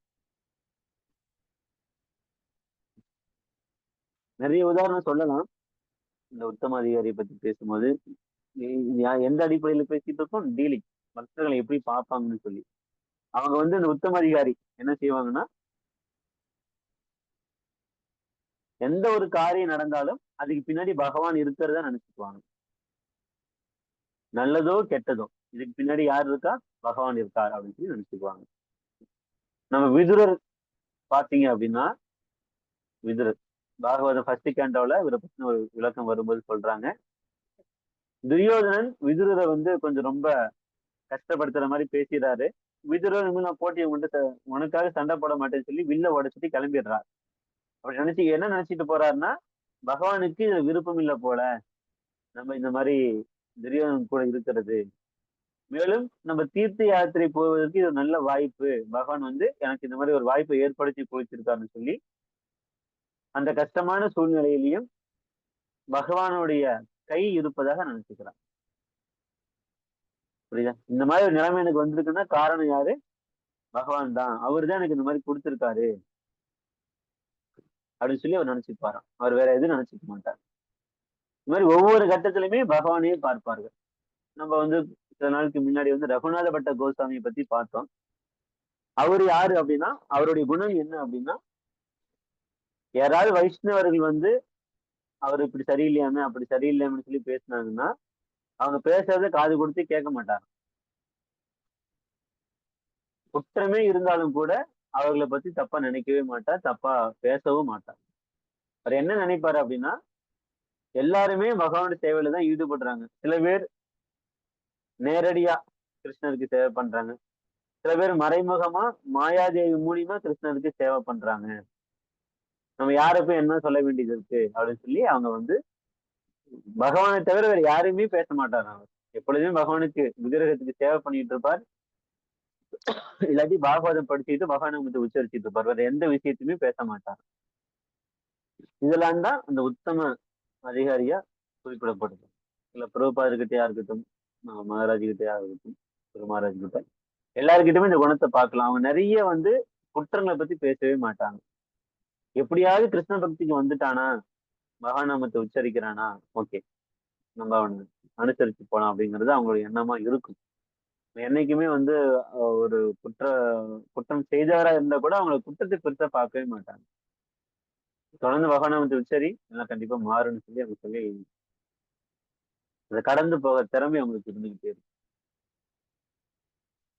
இதுதான் இந்த உத்தம பக்தர். இவருதான் என்ன செய்வார், குற்றத்தை காண மாட்டார். பகவான் சேவையில எப்பொழுதுமே நிலைத்த ஈடுபாட்டோட இருப்பார். எல்லா காரணத்துக்கும் காரணம் கிருஷ்ணர். நல்லதோ கெட்டதோ, பிடிச்சிருக்கோ பிடிக்கலையோ, எல்லா காரணத்துக்கும் காரணமா நினைப்பார். பகவானை எல்லா இடத்துலயும் பார்க்கவும் செய்வார். உதாரணத்துக்கு நம்ம ராமானந்தரை பத்தி பேசும்போது அவர் என்ன செய்வாருன்னா, எல்லா ஜீவன்களிலும் பகவான் இருக்கிறதா, எல்லா உயிர்வாளிகளிலும் பகவான் இருக்கிறதா நினைத்து கொண்டு அனைத்து நபருக்குமே மரியாதை கொடுக்க முயற்சி பண்ணுவாங்க. அவங்க உத்தம நபர்கள். எந்த அடிப்படையில? டீலிங், உயிர்வாளிகள் கிட்ட, பக்தர்கிட்ட எப்படி நடந்துக்கிறாங்க அப்படிங்கிறத பொறுத்து அவங்க உத்தமரா சொல்லி சொல்லுவாங்க. மாதவா, ஓகே, இதுவரையிலும் நம்ம 3 விஷயத்தையும் பார்த்துட்டோம். சாஸ்திர ஞானத்தின் அடிப்படையில 3 விஷயமா பிரிச்சாச்சு. ஹரே கிருஷ்ண மகாமந்திரத்தின் அடிப்படையில 3 விதமா பிரிச்சாச்சு. பக்தர்களுடைய எப்படி நடந்துக்கிறாங்க, எப்படி டீல் பண்றாங்க அப்படிங்கிற அடிப்படையிலையும் 3 நபர்களை நம்ம பார்த்துட்டோம். ஓகே, இதோட கிட்டத்தட்ட முடிஞ்சிருச்சு. நம்ம வந்து இந்த ஸ்லோகத்துடைய கடைசி பகுதிக்கு வந்துட்டோம். தன்னை வந்து பகவானுடைய நித்திய சேவகனா உணர்ந்து அவருடைய சேவையை தவிர வேற எதுலையுமே ஆர்வம் இல்லாத நபர் தான் உத்தம அதிகாரி. ஓகே, அவர் எப்பொழுதுமே மகன் கிருஷ்ணன் நினைத்தபடியே அவருடைய நாமத்தை பரப்புவதற்காக எல்லா விதமான ஏற்பாடுகளையும் செய்த வண்ணம் இருப்பார். அவருடைய ஒரே வேலை மகாநாமத்தை எப்படி உலகம் முழுவதும் பிரச்சாரம் செய்வது, எப்படி வந்து இஸ்கானை வந்து விரிவுபடுத்துவது அப்படிங்கிற எண்ணம் மட்டுமே இருக்கும். அவருதான் உத்தம அதிகாரி. ஓகே, அந்த உத்தம அதிகாரிக்கு அவரை நாடி தான் கிட்ட இருக்கக்கூடிய எல்லா விதமான ஆஹ் செல்வமா இருக்கட்டும், பலமா இருக்கட்டும், புத்தியா இருக்கட்டும், அது அவருடைய சேவையில ஈடுபடுத்தணும். நம்ம போன ஸ்லோகத்துல 4வது ஸ்லோகத்துக்கு சொன்ன மாதிரி அந்த 6 விதமான அன்பு பரிமாற்றங்களை அவருக்கு கொடுக்கணும். யாருக்கு? உத்தம அதிகாரிக்கு. அவர் எப்படி இருப்பார்? தன்னை கிருஷ்ணனுடைய சேவகன்கிறத நல்லா உணர்ந்து இருப்பாரு. சேவையை தவிர வேற எதுலையும் அவருக்கு ஆர்வம் இருக்காது. கிருஷ்ணரை நினைத்தபடியே அவருடைய நாமத்தை உச்சரித்தபடியே உலகம் முழுக்க எப்படி மக்களை வந்து பக்தி தொண்டை செய்ய வைக்கலாம் அப்படிங்கிற எண்ணமே இருக்கும். அத்தகைய நபருக்கு நம்ம வந்து சேவை பண்ணணும். அவர்கிட்ட இந்த 6 விதமான அன்பு பரிமாற்றங்களை கொடுக்கணும்னு சொல்லி சொல்றாங்க. ஆனா நம்ம பார்த்தோம் இல்லையா, ஹரிநாமத்தின் அடிப்படையில 3 நபரை பார்த்தோம். சாஸ்திரத்துல நம்பிக்கை இருக்கிற அடிப்படையில 3 விதமா பார்த்தோம். பக்தர்கள் கூட எப்படி பழகுறாங்க அப்படிங்கிறத 3 அடிப்படையில பார்த்தோம். இதை யாருமே ஒருத்தர் வந்து நகல் செய்யக்கூடாது, அப்படின்னு காப்பி அடிக்க கூடாது. அதாவது உள்ளுக்குள்ள ஒரு மாதிரி வச்சுக்கிட்டு வெளியே ஒரு மாதிரி பேசக்கூடாது. அது போலியா நடிச்சோம்னா அது சில சமயத்துல பிரச்சனையை உண்டு பண்ணிடும் அது. பட் ஆனா ஆசைப்படணும். பிரபுபா சொல்றது போல குறைஞ்சபட்சம் கனிஷ்ட அதிகாரியிலிருந்து மத்தியம நிலைக்கு உயர முயற்சி பண்ணணும். கனிஷ்ட அதிகாரி இருந்துடக்கூடாது. கனிஷ்ட அதிகாரியில மத்தியம அதிகாரியிலிருந்து உத்தம அதிகாரி வருவதற்கு முயற்சி பண்ணிக்கிட்டே இருக்கணும். ஆனா யாரும் ஒருத்தர் காப்பி அடிக்க கூடாது, அப்படின்னா நகல் செய்யாம இருக்கணும்னு சொல்லப்படும். ஓகே, கனிஷ்ட அதிகாரி, மத்தியம அதிகாரி, உத்தம அதிகாரி ஆகியோருக்கு இடையில் உள்ள வேறுபாட்டை அறியும் அளவிற்கு பக்தன் புத்திசாலியாக இருக்க வேண்டும். இல்லையா? இது ரூபகோஸ்வாமி அழகா சொல்லியிருக்காங்க. மேலும் பக்தனானவன் தனது சொந்த நிலையை அறிந்து கொண்டு, அப்படின்னா நான் யாரு, நான் எங்க இருக்கிறேன், இன்னும் நான் எந்த இடத்துக்கு போகணும் அப்படிங்கறத அவர் கரெக்டா புரிஞ்சிருக்கணும்.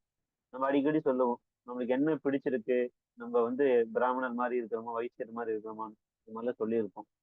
அந்த மாதிரி வந்து நான் எந்த நிலையில இருக்கிறேன், கனிஷ்ட நிலையில இருக்கிறேனா, மத்தியம நிலையில இருக்கிறானா அப்படின்னு சொல்லி ஒவ்வொரு பக்தருமே தன்னுடைய சொந்த நிலையை தெரிந்திருக்க வேண்டும், அறிந்திருக்க வேண்டும். அதே சமயத்துல உயர்ந்த நபரை நகல் செய்ய காப்பி அடிக்கவும் கூடாது. நம்ம நம்மளால முடிஞ்ச அளவுக்கு நம்ம ஒரு நிலையிலிருந்து அடுத்த நிலைக்கு முன்னேற முயற்சி பண்ணிக்கிட்டே இருக்கணும்.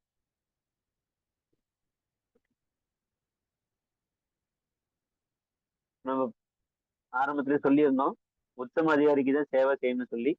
ஏன் மத்தியம அதிகாரிக்கோ கனிஷ்ட அதிகாரிக்கு சேவை செய்யக்கூடாது அப்படின்னா, சேவை செய்யலாம், ஆனா அதோட விளைவு என்னங்கிறத கொஞ்சம் படிக்கிறேன் பாருங்க.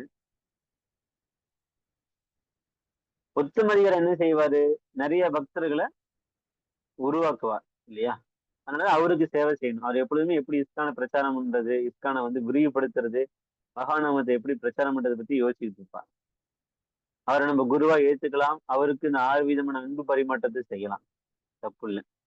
ஆனா ஆரம்ப நிலையில் உள்ள வைஷ்ணவர் அல்லது மத்திய நிலையில் உள்ள வைஷ்ணவரும் சீடர்களை ஏற்கலாம். அந்த சீடர்களும் அதே நிலையில் உள்ளவர்களாக இருக்க வேண்டியது அவசியம். அப்படின்னா யாரு இப்ப உதாரணத்துக்கு கனிஷ்ட அதிகாரி இன்னொரு நபரை சேர்த்துக்கிறாங்க அப்படின்னா, அவங்க மேல முன்னேறி போக முடியாது. ஏன்னா இவருக்கு தெரிஞ்ச அளவு தான் சொல்லி கொடுத்துக்கிட்டே இருப்பார். அதனால அவரால் உயர்ந்து போக முடியாது. அவர் அது இவர மாதிரி கனிஷ்ட அதிகாரியாவே தான் இருப்பார். இவர மாதிரி மத்தியம அதிகாரியா தான் இருப்பார். நம்ம எப்போ உத்தமரை எடுத்துக்கிறோமோ அப்பதான் நாமளும் கனிஷ்ட நிலையில இருந்தாலும் கூட உத்தம நிலைக்கு போக முடியும். ஆனா நம்ம ஒரு கிராமத்துல ஒரு பழக்கம் உண்டு, சின்ன பிள்ளைங்க கூட பழகக்கூடாதுன்னு சொல்லி சொல்லுவாங்க. நம்மளும் அதே மாதிரி பழக்க வழக்கம் வந்துருன்னு சொல்லி சொல்லுவாங்க. ஆனா பழகும் போதே பெரியவங்க கூட பழகணும் அப்படின்னு சொல்லி சொல்லுவாங்க. அப்பதான் நம்மளுக்கும் அந்த மாதிரி நல்ல நல்ல குணங்கள்லாம் வரும்னு சொல்லி சொல்லப்படுவாங்க. அதுபோல நம்ம வந்து பழகலாம், மற்றவங்களுக்கு சேவை செய்யலாம். ஆனா யாரு ஒருத்தர் உயர்ந்த நிலையில இருக்கிறாங்களோ அவங்களுக்கு சேவை செய்து ரொம்ப ரொம்ப உத்தமம். மேலும் அவரது குறைவுள்ள வழிநடத்துவதன் கீழ் அப்படின்னா கனிஷ்ட அதிகாரி மத்தியம அதிகாரியுடைய குறைவுடைய வழிநடத்துவதன் கீழ் அந்த சீடர்களால் வாழ்வின் இறுதி குறிக்கோளை நோக்கி விரைவாக முன்னேற்றம் பெற இயலாது என்பதையும் புரிந்து கொள்ள வேண்டும். இந்த கனிஷ்ட அதிகாரி மத்தியம அதிகாரி வழி நடத்தினா நம்ம வந்து வாழ்வின் இறுதி குறிக்கோளை நோக்கி போக முடியாது, இல்ல தடை ஏற்பட்டுக்கிட்டே இருக்கும். எனவேதான் சீடன் ஒருவன் தனது அதிகாரியாக உத்தம நபரை ஏற்றுக்கொள்ள வேண்டும், அவருக்கு சேவை செய்ய வேண்டும் அப்படிங்கிறது ரொம்ப கவனமா இருக்கும். ஓகே, கண்டிப்பா மற்றவங்களுக்கு சேவை பண்ணலாம். ஆனா உத்தமருக்கு சேவை பண்ணும்போது நம்ம வாழ்வின் இறுதி குறிக்கோளான கிருஷ்ண பிரேமையை அடைய முடியும், பகவான் கிருஷ்ணனுடைய சைத்தன்யமாவுடைய கருணையை பெற முடியுங்கிறது நம்ம சேவை பண்ணுங்க. யாரை பார்த்தாலும் சேவை பண்ணுங்க. உத்தம அதிகாரி கிடைச்சாருன்னா கண்டிப்பா அவர் விட்டுறாதீங்க. அவர்கிட்ட இந்த 6 விதமான அன்பு பரிமாற்றங்களை அவர் கூட தொடர்பு கொண்டு இந்த 6 விதமான அன்பு பரிமாற்றத்துல ஈடுபடுங்க. ரொம்ப நன்றி. உபதேசமத்தது 5வது ஸ்லோகம் இதோட முடிஞ்சிருச்சு. ஏதாவது ஸ்லோகம் சந்தேகம் ஏதாவது இருக்கா? அந்த ஸ்லோகத்தின் அடிப்படையில ஏதாவது கேள்விகள் இருந்தா கேட்கலாம்.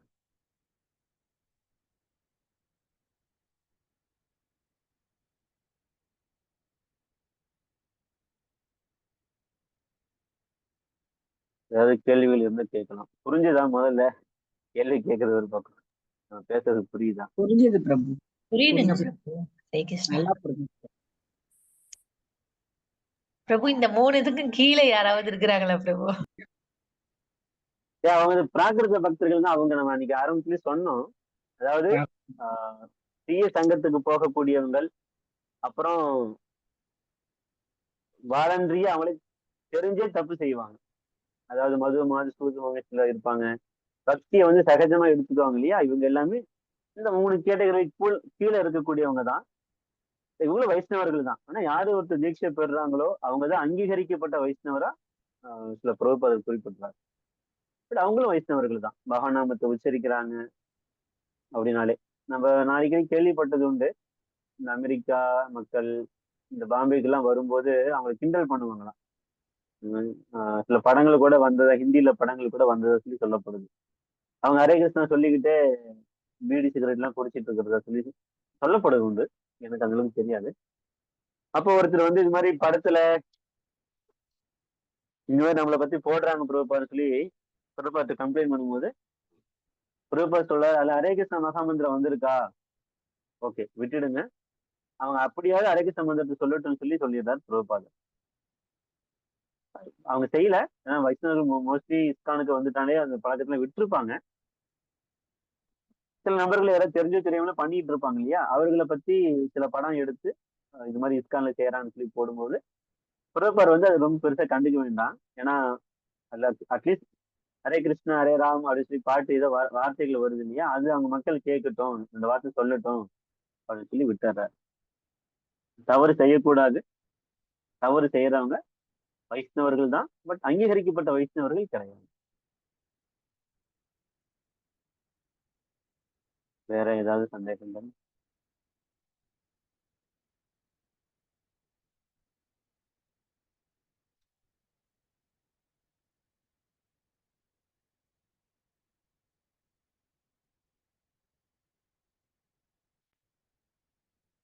ஹரே கிருஷ்ண பிரபு. கனிஷ்ட பக்தர்கள் கூட சில நேரங்கள்ல அபராதம் இல்லாம பண்றாங்கல்ல பிரபு. இப்ப நீங்க அந்த சொன்னீங்க வார்த்தை இருக்கு. இப்ப நீங்க பக்தி நம்ம வந்து யூனிவர்ஸ் எந்த லெவல்ல இருக்கிறோம் நம்ம வந்து தெரிஞ்சுக்கிறோம்னு. ஆனா ஆமா. நான்லாம் இப்ப அபராதம் எல்லாம் சொன்னதே இல்ல. அப்ப நம்ம எல்லாம் எந்த இதுல நாளா என்னைய சேர்த்துக்கிறதுனே தெரியலையே இல்ல பிரபு. உண்மைதான். நம்ம அப்படி நினைக்கிறோம். நம்ம உண்மையிலுமே அபராதம் இல்லாம செய்யல. சில நாட்கள் அபராதம் இல்லாம செஞ்சாலும் சில நாட்கள் அபராதத்தோட தான் செய்யறோம். முயற்சி பண்ணணும். பகவானுடைய நாமத்தை தொடர்ந்து இந்த வார்த்தை நம்ம ஸ்லோகம் சொன்னோம் இல்லையா? அந்த ஸ்லோகத்தை வந்து நீங்க ரெகுலரா பகவான்கிட்ட சொல்லி, பகவானே உங்களுக்கும் பகவான் உங்க நாமத்துக்கு வித்தியாசம் இல்ல.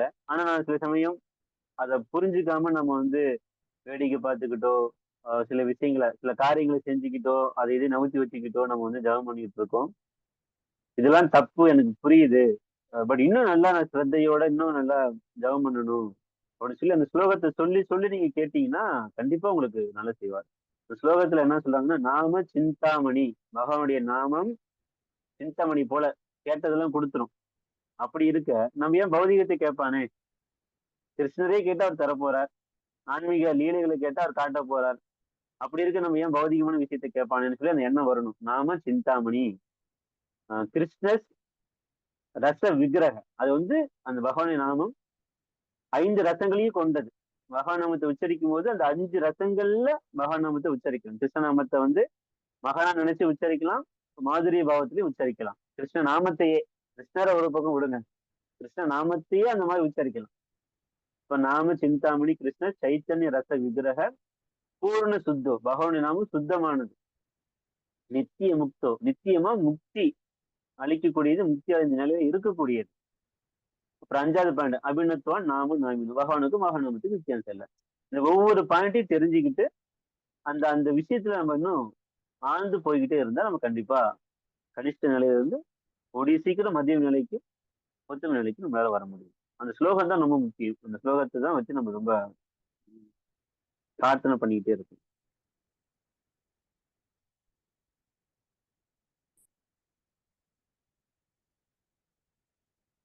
வேற ஏதாவது சந்தேகங்கள்? நான் எதை கேட்கட்டுங்களா? சந்தேகம் இல்லைடா, நான் கேட்கறேன் கொஞ்ச நேரம். கேட்கலாமா? ஏதாவது நீங்க கிளம்புறா இருந்தா கிளம்பலாம், ஒன்றும் தப்பு இல்லை. ஏதாவது இருக்கிறாங்க சில கேள்விகள் பேசலாம்னு நினைக்கிறவங்க நீங்க லைன்ல இருக்கலாம். சில கேள்விகள் கேட்கிறோம். மத்தியம அதிகாரி எப்படி பக்தர்கள் கிட்ட டீல் பண்ணுவார்?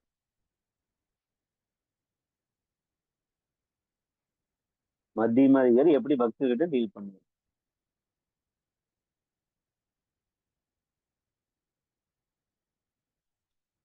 ஹரே கிருஷ்ணா பிரபு சொல்லலாமா? யாரையும் நீங்க கேட்கணும். ஆஹ் யாருன்னு சொல்லுங்க, ஏன்னா டைமும் இல்லை. யாராவது விருப்பப்பட்டா சொல்லட்டும், இல்ல நீங்களே சொல்லுங்க.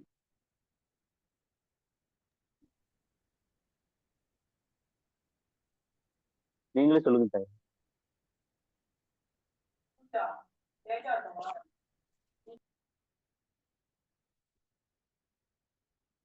இது இந்த ஸ்லோகம் வந்து அதிகாரி இது வந்து உபதேச புத்தகத்துல இருக்கு. ஹரே கிருஷ்ணா பிரபு. எஸ் சார் சொல்லுங்க. கிருஷ்ணரை வந்து எல்லா இடத்தையும் பார்ப்பாரு. எல்லார்ட்டையும் கிருஷ்ணரை பார்ப்பாங்க. எல்லா காரணங்களுக்கும் காரணம் பகவான் தான் அப்படின்னு அவங்க வந்து தெரிஞ்சுக்கிடுவாங்க. அப்புறம் குற்றம் காணாம இருப்பாங்க பிரபு. பகவானோட சேவையில மட்டும் அவங்க வந்து எப்பயுமே ஈடுபடுவாங்க. எப்பயுமே உத்தம நம்ம அதிகாரி. கேட்டது வந்து மத்தியம அதிகாரியுடைய விஷயத்தை பத்தி கேட்கறோம். நீங்க சொல்றது உத்தம அதிகாரி ரொம்ப நல்ல விஷயம். கண்டிப்பா நம்ம ஏயுமே வந்து உத்தம அதிகாரி தான். அதனால நீங்க அந்த வார்த்தையை பேசுறீங்க, ரொம்ப சந்தோஷம். நான் கேட்கறது மத்தியம அதிகாரிகள் எப்படி டீல் பண்ணுவாங்கன்னு கேட்கறேன்.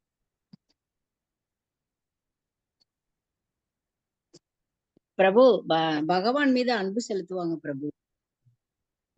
ஓகே, எல்லா சூப்பர். பக்தர்களிடம் நட்பு செய்வாங்க. எல்லா பக்தர்களுடையும் நட்பா இருப்பாங்க. ஓகே.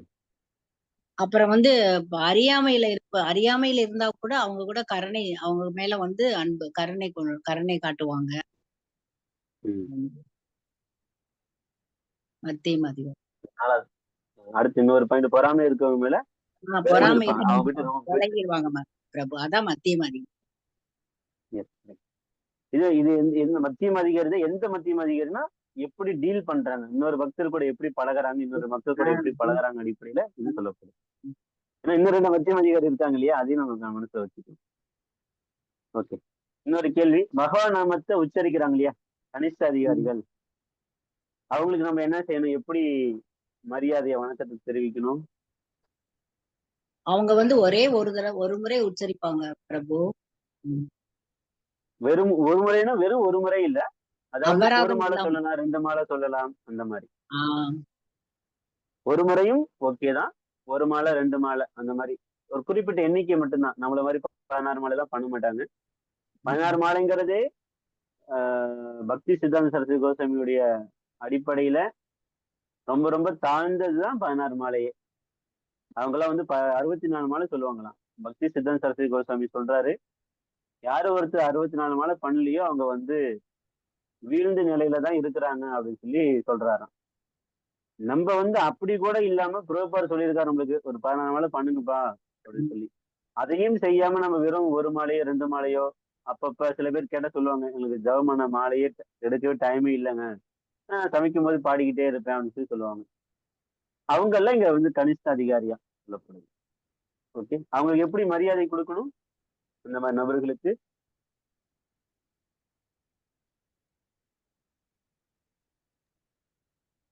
மனநிலையில் கௌரவிக்க வேண்டும் பிரபு. ஹரே கிருஷ்ணா. அவ்வளவுதான், சூப்பர். வரும் மனசெலவுல கௌரிச்ச போதும். குறைஞ்சபட்சம் அப்படியாவது அவங்கள ஓகே பகவான் நாமத்தை உச்சரிக்கிறாங்க, மற்ற நபர்களோட இவங்க பரவாயில்ல அப்படின்னு நினைச்சாலே நல்ல விஷயம் தான்.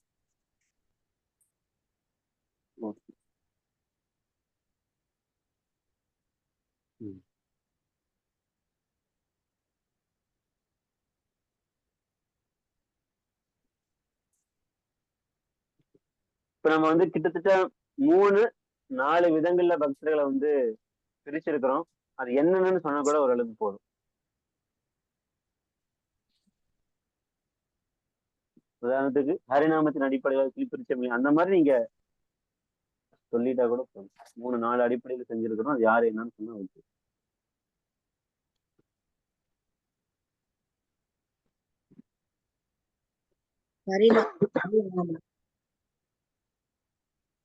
ஒண்ணு ஹரிநாமம் ஓகே. மத்தது சாஸ்திரங்களின் நம்பிக்கையை பொறுத்து. Super nice. 2வது ஓகே. 3வது பாயிண்ட், அப்புறம் பக்தர்களுடன் எப்படி பழகிறார்கள் என்ன, அது 3. இது 3 தனி ஸ்லோகத்துல ஒரு விஷயம், அதுல ஒரு 3 விஷயத்தை குறிப்பிட்டிருக்காங்க, மொத்தம் 4 இருக்கு. ஏன்னா நம்ம நாளைக்கு அதை அடுத்த ஸ்லோகத்துல பார்க்க போறோம். இந்த ஸ்லோகத்தின் அடிப்படையில சில பேர் வந்து யாராவது திட்டலாம், பிடிக்கலாம். உடனே நம்ம அவங்கள வந்து கனிஷ்ட அதிகாரி தான் அப்படின்னு சொல்லி நினைக்க கூடாது. அவங்கள நம்ம இன்னைக்கு பார்க்கவே தேவையில்லை.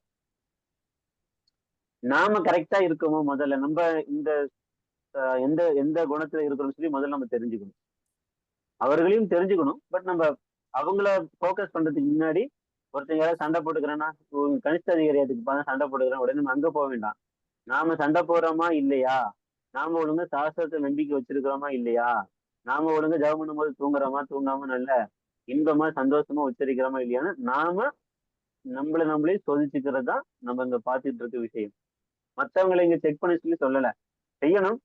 ஆனா கண்டிப்பா நம்மள நாம செக் பண்ணிக்க தயங்கவே கூடாது அப்படிங்கிறத புரிஞ்சுக்கணும். Okay, super. ரொம்ப நன்றி. எல்லாம் ஓரளவுக்கு பேசியிருக்கோம், சொல்லியிருக்கோம். நீங்க இது யூடியூப்ல கூட சில சமயம்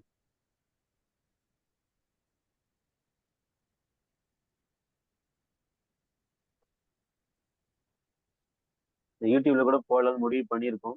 ஏதாவது தேவைப்பட்ட கேளுங்க. நம்ம அதிகமா பேசல, ஆனா அந்த கருத்தை சொல்லிட்டோம். என்ன விஷயங்கிறத சொல்லியிருக்கோம். அதை நீங்கள யூடியூப்ல பார்த்து கூட நீங்க ஏதாவது தெரிஞ்சுக்கிறதா இருந்தா தெரிஞ்சுக்கலாம். இந்த 3 நிலைகள்லயுமே ஒருத்தர் பிரார்த்தனை பண்ணிக்கிட்டே இருக்கணும். பரிணாமத்துல இந்த மாதிரி உயர்ந்த நிலைக்கு போகணுமேன்னு சொல்லி பிரார்த்தனை பண்ணலாம். சாஸ்திரத்துல இவ்வளவு தெளிவா இருக்கணுமே, நான் அந்த தெளிவுக்கு போகணுமேன்னு சொல்லி பிரார்த்தனை பண்ணலாம். பக்தர்கிட்ட இந்த மாதிரி நல்லா பழகணுமே, எனக்கு அந்த மாதிரி பழக தெரியலையே அப்படின்னு சொல்லி பிரார்த்தனை பண்ணலாம். அதனாலதான் 3மே தெரிஞ்சுக்கணும். 3 ஸ்லோகத்துல சொல்லியிருக்க மாதிரி 4 இந்த 4 விஷயங்களையும் தெரிஞ்சு அந்த மாதிரி நான் இருக்கணுமேன்னு சொல்லி வேண்டுதல் வச்சுக்கிட்டே இருந்தோம்னா கூடிய விரைவில் நம்ம அந்த தகுதியெல்லாம் அடைய முடியும். ஆனா காப்பி அடிக்க கூடாது, நகல் பண்ணக்கூடாது. நல்ல பிரார்த்தனை, உத்தமமான பிரார்த்தனை நம்மளை அந்த ஸ்டேஜுக்கு கொண்டுட்டு வந்து நிப்பாட்டும். தேங்க்யூ தாய், ரொம்ப நன்றி. இதோட கிளாஸ் முடிச்சுக்கலாம். முடிச்சிடலாங்களே? சந்தேகம் இல்லைல்ல யாருக்கும்? போதும் இல்லையா? ஹரே கிருஷ்ணா பிரபு, நீங்க ஒரு ஸ்லோகம் சொன்னீங்கல்ல பிரபு, நாம சிந்தாமணி கிருஷ்ண அப்படின்னு, அந்த லிங்க் அனுப்பிச்சிருக்கேன் பிரபு. அதுல கீழே அதோடைய மொழிபெயர்ப்பு இருக்குங்க பிரபு, ரொம்ப அருமையா இருக்கு. அதை தினம் வச்சு நம்ம பகவானுக்கு முன்னாடி நம்ம அந்த இதை படிச்சா நமக்கு என்னைக்காவது ஒரு அந்த முழுசா அந்த கவனம் வரும். மாதிரி வந்து நம்ம குரூப்ல குரூப்ல வந்து போட்டிருக்காங்க. ஜஸ்ட் பாருங்க டைம் கிடைச்சா. நாம சிந்தாமனோ கிருஷ்ண சைத்தன்ய ரச விக்கிரக பூர்ண சுத்தோ நித்திய முக்தோ அபிநத்வான் நாம நாமினோ அப்படிங்கிற மாதிரி. நானும் கூட அந்த ஸ்லோகத்தை இன்னும் கொஞ்சம் நல்லா கரெக்டா போட்டு விடுறேன், நீங்க பாருங்க. தேங்க்யூ தாய். தண்டோத் பிரணாம். ஹரே கிருஷ்ணா.